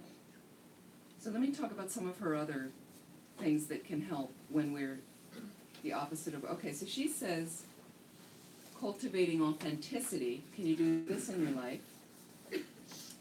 And let go of what people think. How about that one? Now when we're younger, I think, I had this more when I was younger, very concerned about what people thought of me. Now I'm not as bothered, right? But it used to really consume me. So it was hard to kind of just be myself, because I was always kind of concerned about, you know. And often, people are too busy thinking about themselves to really be that focused on you anyway. So, who did I think I was, right? Okay, that's one thing. Here's another one. Cultivating self-compassion. And Thupten Jinpa, who's the translator, who's the interpreter for His Holiness the Dalai Lama when His Holiness teaches in the West. He's a professor at McGill University in Canada. He's a wonderful guy. He's a geshe. And he wrote the book, A Fearless Heart. I was just quoting some things from. He talks a lot about self-compassion. Because we have this idea of compassion for everybody else, and then we're shredded, and you're beating yourself up. It doesn't work that way. You need to also have a balanced view of yourself. So she has cultivate self-compassion and let go. Are you ready for those? Let go of perfectionism. Can you do that? Right? Cultivate a resilient spirit, letting go of numbing and powerlessness. Resiliency is amazing. So my dad, who's nearly 91, he moved this past year to an assisted living place nearby. I'm so impressed more and more every day with how he adapts and his resiliency. He's just and he's so much happier because of it. He's not resisting. He's like, hey, I can't walk, can't do this, can't do the steps. We all were like, we need to figure something out. We need to figure out a good way to help him, and we talked about all these alternatives, unbelievable situations in a great place, and he's having a ball. He's thriving and unbelievably resilient. Okay, so instead of being like, he could have numbed out, shut down, and been like completely powerless in it. But we included him in everything because he was also so spacious. It was easy. You know, what would you like to do? And he's like, oh, whatever, you know, that sounds great. Okay, great. Cultivating gratitude and joy. Can you do that? Cultivating gratitude and joy, letting go of scarcity and fear of the dark. Meaning fear of the unknown. Fear of the unknown. Somebody talked to me today, I forgot. I had an appointment with somebody, and at one point she said, I just need to know what's going to happen. Like, I need to know that it's all sorted. You know, and I was like, good luck, right? Because we have this fixation, a lot of us, you know, some people are in transitions, but there's also many transitions, even when your life is going on pretty stably. And we kind of want to have it all sorted and need to know that it's just not realistic in samsara. And for me, sometimes I feel like I'm on a surfboard, okay? And so I'm just gonna, like, the surfboard is very precarious. Any moment I could be tossed, but I got the balance. Got my eyes open, I see the waves, I'm on the board. I'm catching the wave. I got the ride. So we're constantly balancing that in samsara. And this relates to it, the next one. Cultivating intuition and trusting faith and letting go of the need for certainty. You know, sometimes I feel like there are messages from the universe and I have this need to know, I need to have it all sorted right now, and if I let go of that, much more spacious, and the messages start coming. It starts clarifying. That's what I like. That. Okay, here's another one. I don't know how many of you go in for this one. Cultivating play and rest. How's that going for you? Cultivating play and rest. Okay. Letting go. You ready for this? Letting go of exhaustion as a status symbol and productivity as self-worth. Don't you have some people, I mean, I worked in politics, and the mantra was, like, I'm exhausted. No, I'm more exhausted than you. I was here 13 hours yesterday. Well, I was here 16. I'm more exhausted than you. And how much did you get done? This is what I got done. So then I'm valuable, because I got all this done. You know, I never had any check-in about, you know, being, but I'm doing. Okay, so that's an interesting one. Letting go of exhaustion as a status symbol and productivity as self-worth. Here's another one. Cultivating calm and stillness, something we all want. Letting go of anxiety as a lifestyle. Yes. Anybody have anxiety as a lifestyle? I know some drama kings and queens. Being in the hospital and about missing Everything has to be, yeah. Everything has to be like on emergency mode with some people. That's exhausting. That's tiring. Okay? Cultivating meaningful work and letting go of self-doubt and supposed to. Are a lot of you driven by the shoulds? The shoulds of that. So it's very important to find what lends meaning and try to direct yourself in that way, provided it's a wise, skillful, compassionate path like that. Okay, here's another one. Cultivating laughter, song, and dance, or playfulness like that. Letting go of being cool and always in control. Some people have that. I like that. Questions, comments? Remind me of a word. Keep the one before that. Yeah. Please. Cultivating meaningful work and letting go of self-doubt and supposed to. Yeah. Supposed to. Which remind me of the shoulds, yeah. The The shoulds like that. Venerable Tendrin mentioned a word the other day, sewa, in Tibetan word for compassion, but it means more than just compassion for others. It encompasses compassion for yourself. From as well. abiding? So I thought that was really powerful. Just reminded me of it. Self-compassion, yeah, to remind yourself of that. Very nice. Yeah. Very nice. Yeah. Other comments or questions? Yes. Sorry, is that in the book that you? Yeah, Brené Brown. This one is from. Oh, yeah. This one is. I believe it's from Rising Strong. Rising Strong. She has a new book out, Braving the Wilderness. I'm reading it now. Rising Strong.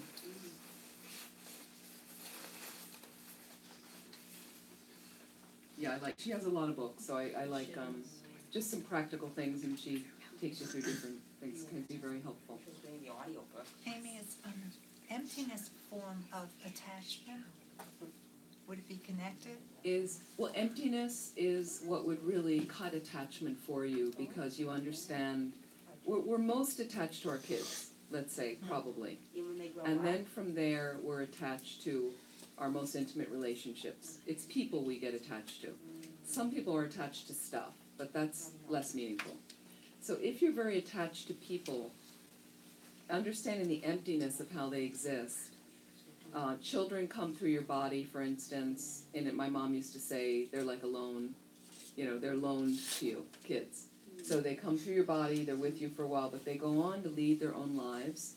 And what you hope is that you are going to be in connection with them in a healthy way through their lives. But And be there when they die. yeah, hang on. Shh.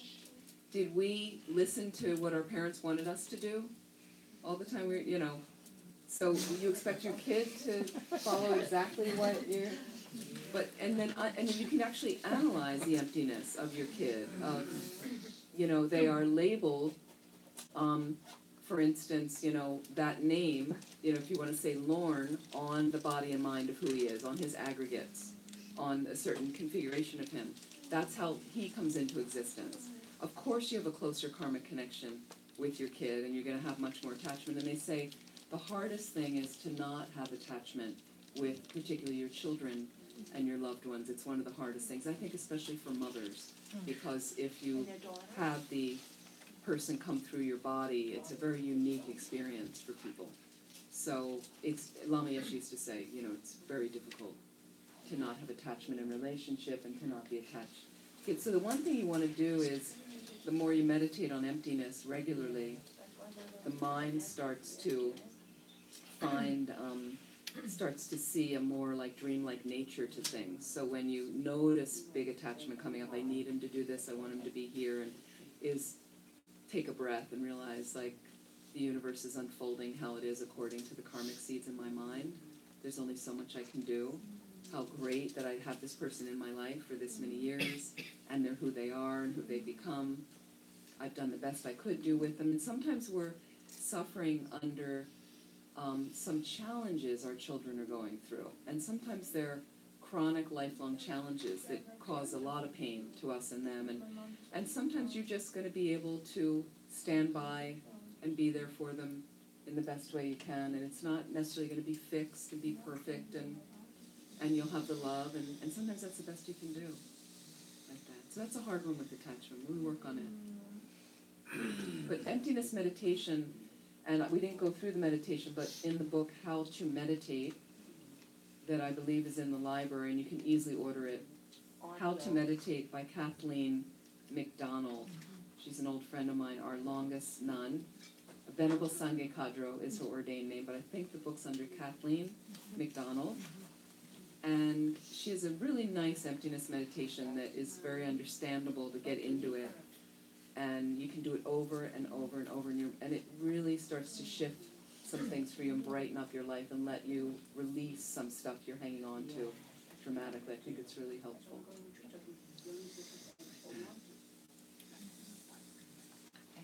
You're welcome. You may have just answered my question. Although when suffering anxiety, stress, doubt, pain, whatever it might be, I do go to the Golden Book here and daily prayers, confession prayers, and such as that helps meditation to the best of my ability. But it's interesting. I still find, like in the monotheistic faiths, there's pray to God, God help me. It's like, Daddy, take it away. Take away my pain, whatever it might be. Right. And so I tend to find that I'm still kind of looking for that type of experience. So I'm wondering what you would suggest maybe is akin to that in Buddhist practice or did we do it at the beginning with the refuge? So in a sense, like praying to someone else to... Well, yes, we're praying for relief, praying for an answer, praying for a solution, praying for whatever. Yeah, it's a good question. It's a good question. So here we are with to quote His Holiness, let me see if I'm going to get it right, a non-theistic religion, Buddhism, non-theistic. There's no God. Now, so people go, what's the Buddha? So the Buddha is simply an external manifestation of your highest level of wisdom and compassion, loving kindness, all the good qualities. And it's something you can attain yourself. Now, we have many images of what represent from that omniscient mind, and you can see them around the room. Different days. Medicine Buddha, the Buddha, this is Amitabha, I think, or Amitayas. Tara, different aspects of Tara. There's an Amitabha over there, the red one. So you have all these, and you go, well, are they gods? Are they? So all they represent is a manifestation of the omniscient mind, and they will manifest in whatever way we need it. So when you need some wisdom and you're trying to get through a dense book that you're trying to study, I'm going to call on Manjushri, who has a sword, and the sword cuts delusion. So he's the guy of wisdom. If you want more compassion, there's the Buddha of infinite compassion, Chenrezig. So I might just call on that aspect, can you help me? Tara, in one form, in the green form back there, emerald green, she kind of blows out obstacles to things. And she's an active, energetic, like that. So what I would, what you can do is make a connection with these deities by doing a visualization of them, reciting some mantras, and you can feel a shift sometimes. I believe there's good beings around us all the time. We just don't have the karma to see them. We're too obscured. But I really get senses at times that, there are good forces in the world, there's negative forces in the world. The more you pray and make a connection to that and call from the heart, you don't even need to say words. You're kind of calling from the heart. I'm having an obstacle at work right now. Please, can you help shift something with this? And you might recite a prayer that you like, And the other thing is you can get empowered through a ceremony or a ritual called an empowerment or initiation, where a qualified teacher would be able to take you through something that could be an hour or two long or 2 or 3 days long, meaning a few hours a day. And that creates a closer connection to that aspect of the Buddha. They'll give you a lung or an oral transmission of the mantra. So when you recite the mantra, it's stronger and will have more resonance for you. Again, if you're doing it with a good intention, with some faith, and as much as you can concentrate on the visualization, and that can be a little stronger for you to do. Then some people take it a step further and choose to do a retreat on that particular practice by reciting a number of that mantra over and over. And you do, I find when I'm reciting it in retreat, and some of us who've done retreat, Jackie could speak about this, it builds up a resonance, and you feel something shifting in your mind. So really with Buddhism, it all comes from the mind. There's not a God doing it to you. There's not a God that created the world. My experience of the world comes from my mind. We have a shared experience, a conventional experience too, like tonight there'll be a big moon in the sky, the sun will rise tomorrow morning, there's an ocean out there. We have that shared experience, but our own unique perspective with each thing that we encounter. So that's why Buddhism would say everything comes from the mind, and that fully empowers you. Nobody's doing it to do. You're at the controls of how I would like to control my mind and thus my attitude. So I don't know if that answers that question. I'm interested. Amy, I could offer a little bit from Rama on Yes. that. When I first decided to become a Buddhist, I was with Lama, and I said that the thing I missed most about being a Christian was talking to God. And Lama says, just keep talking, dear. Perfect. Exactly. Absolutely like that. I mean, there's many times in my life, I'm sure Jackie's had the same thing, where I was like that as a kid. I was having these long conversations with God, right?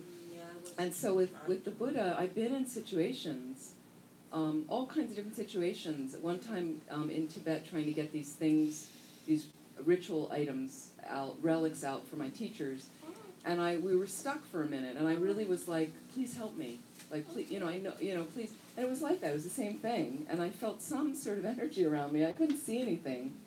I felt like there was some protection. Something was going to try to. I was doing a good thing. I had, good intention. So I do think, keep talking. Yeah, keep talking. I like that.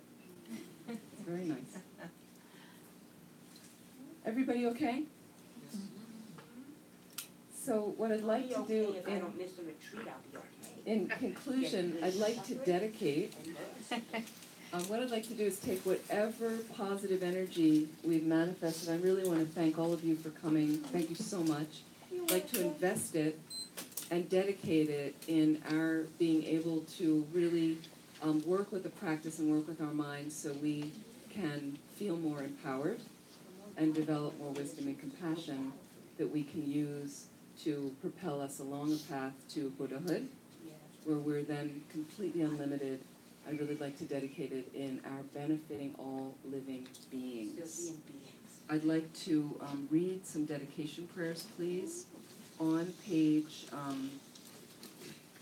101. oh wait, I'm sorry, there's other ones I want to read. From page 235. Page 235.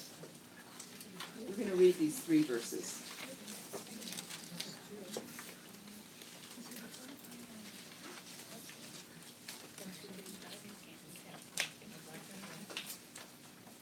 Due to the merits of these virtuous actions, may I quickly attain the state of the Guru Buddha, and lead all living beings without exception into that enlightened state. May the supreme jewel of bodhicitta that has not arisen rise and grow. May that which has arisen not diminish, but increase more and more. Just as the great magistrates Samatha too realize things as they are, I do dedicate all these merits in the best way that I may follow their perfect example.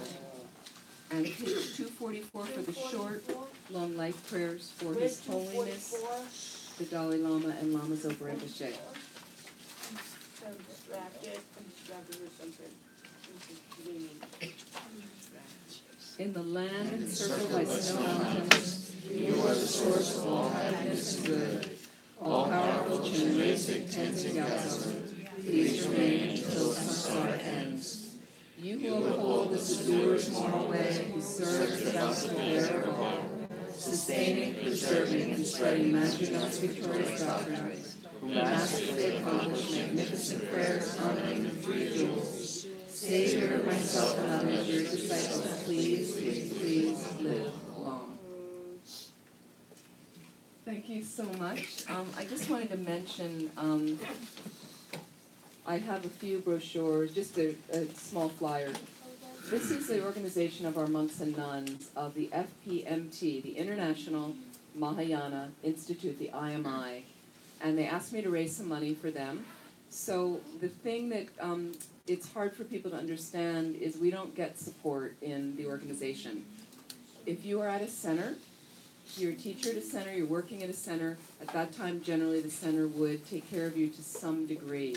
Some centers have housing situations, so they would give you housing, simple housing, and food, and maybe a stipend. But a number of Western monks and nuns are not living at centers due to a variety of reasons. For me, it was helping my elderly father, things like that. I am a teacher in the organization, and but it's really hit or miss what the offerings are from the centers. It's unbelievable. So there's not any consistent thing, and our organization doesn't support us overall. You can apply for a stipend to live on from the IMI, and the maximum you'll get is $300 a month, which is not enough to live on. I've applied for scholarships for some of the retreats, and it's a partial scholarship, like that. So it's just because the IMI does not have that much money, this is a way to support. There's a website on here. You can donate any amount, no obligation, but I just wanted to call your attention to that because that is the reality, particularly for a lot of Western teachers. Our organization is aware, they really want to help and support, and we had a teachers meeting recently of talking about the protocol of supporting Western teachers. So it's something to think about because a lot of people aren't aware that we don't have a nunnery in North America, for instance. Thupten Shudran, Venerable Thupten Shudran has wonderful Sravasti Abbey in Washington State, but basically the nuns there, the people there, monastics, are her disciples, and I'm not a disciple of hers. So we'd like to make something in North America. We have very few monasteries and nunneries around in the countries around the world, so it's challenging for Westerners to ordain. So I just wanted to mention that. Can I have a flyer? If you are, But Amy, you should Yes, you also can. explain the value of having monastics. Sometimes people don't understand the value of having monastics. And actually, a land is considered barren unless there's 4 ordained monks or nuns living in a community. So technically, our land here is barren because we have 1 nun living here. So to support the nuns, and the nuns and the monks is really important. And you can actually make a monthly. You can go to the fpmt.org and you can contribute on a monthly basis if you can't make a donation at one time, just $10, $20 a month. so the one thing I do in a want to painless point out way. is to do it through this website, because on the FPMT website it's a different fund. What is it? So to do it's I can tell you later, it's confusing for people, and we've talked, this is the website, so thank you, Jackie, for what you're saying, because it's great. But do it through this website. It is slightly confusing, but this is the one of our organization. The other one supports some Westerners, but it mostly goes to Tibetan monastics. The Sangha Fund. No, not anymore. I don't think so, because they asked me if I didn't mind switching my money to the Western monks, and no. Okay, because there's a little bit, but I know this website goes through. But what Jackie's saying is, and I really appreciate Jackie for saying that, and the reason is, the normal protocol is we wouldn't ask for money. We're in cultures that would support, but that's not the United States.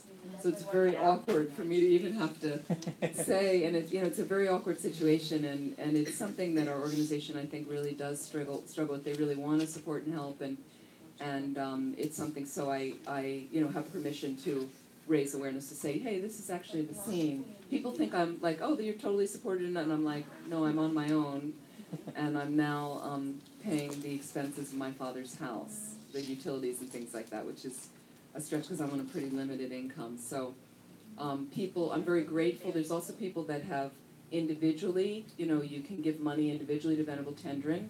Any monk or nun you like on your own, you can contribute to a fund like this that would go to anyone who asks for, a stipend and things like that. And those are ways people can contribute. People have been very, very kind. I'm very grateful. So thank you so much. And if you're interested, I've got some cards here that connect you to my website.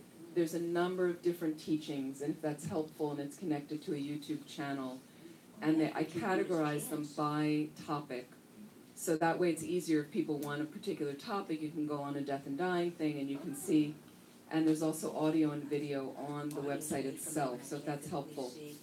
The one thing I just updated is there is a detailed itinerary of this Nepal pilgrimage. If you want to trek, if you want to do some retreat at a remote retreat center near Mount Everest, it's a holy place where there's a holy cave of Lama Zopas. I've done a lot of retreat up there. You can, Jackie, you've been up there. Yeah, Jackie's done retreat. So there's a detailed itinerary and ways to register for that.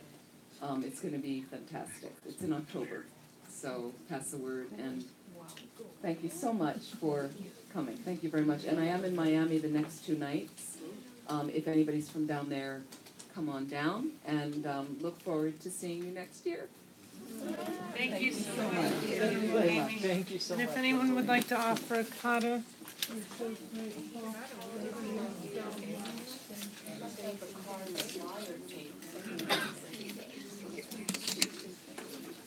Keep up the great work.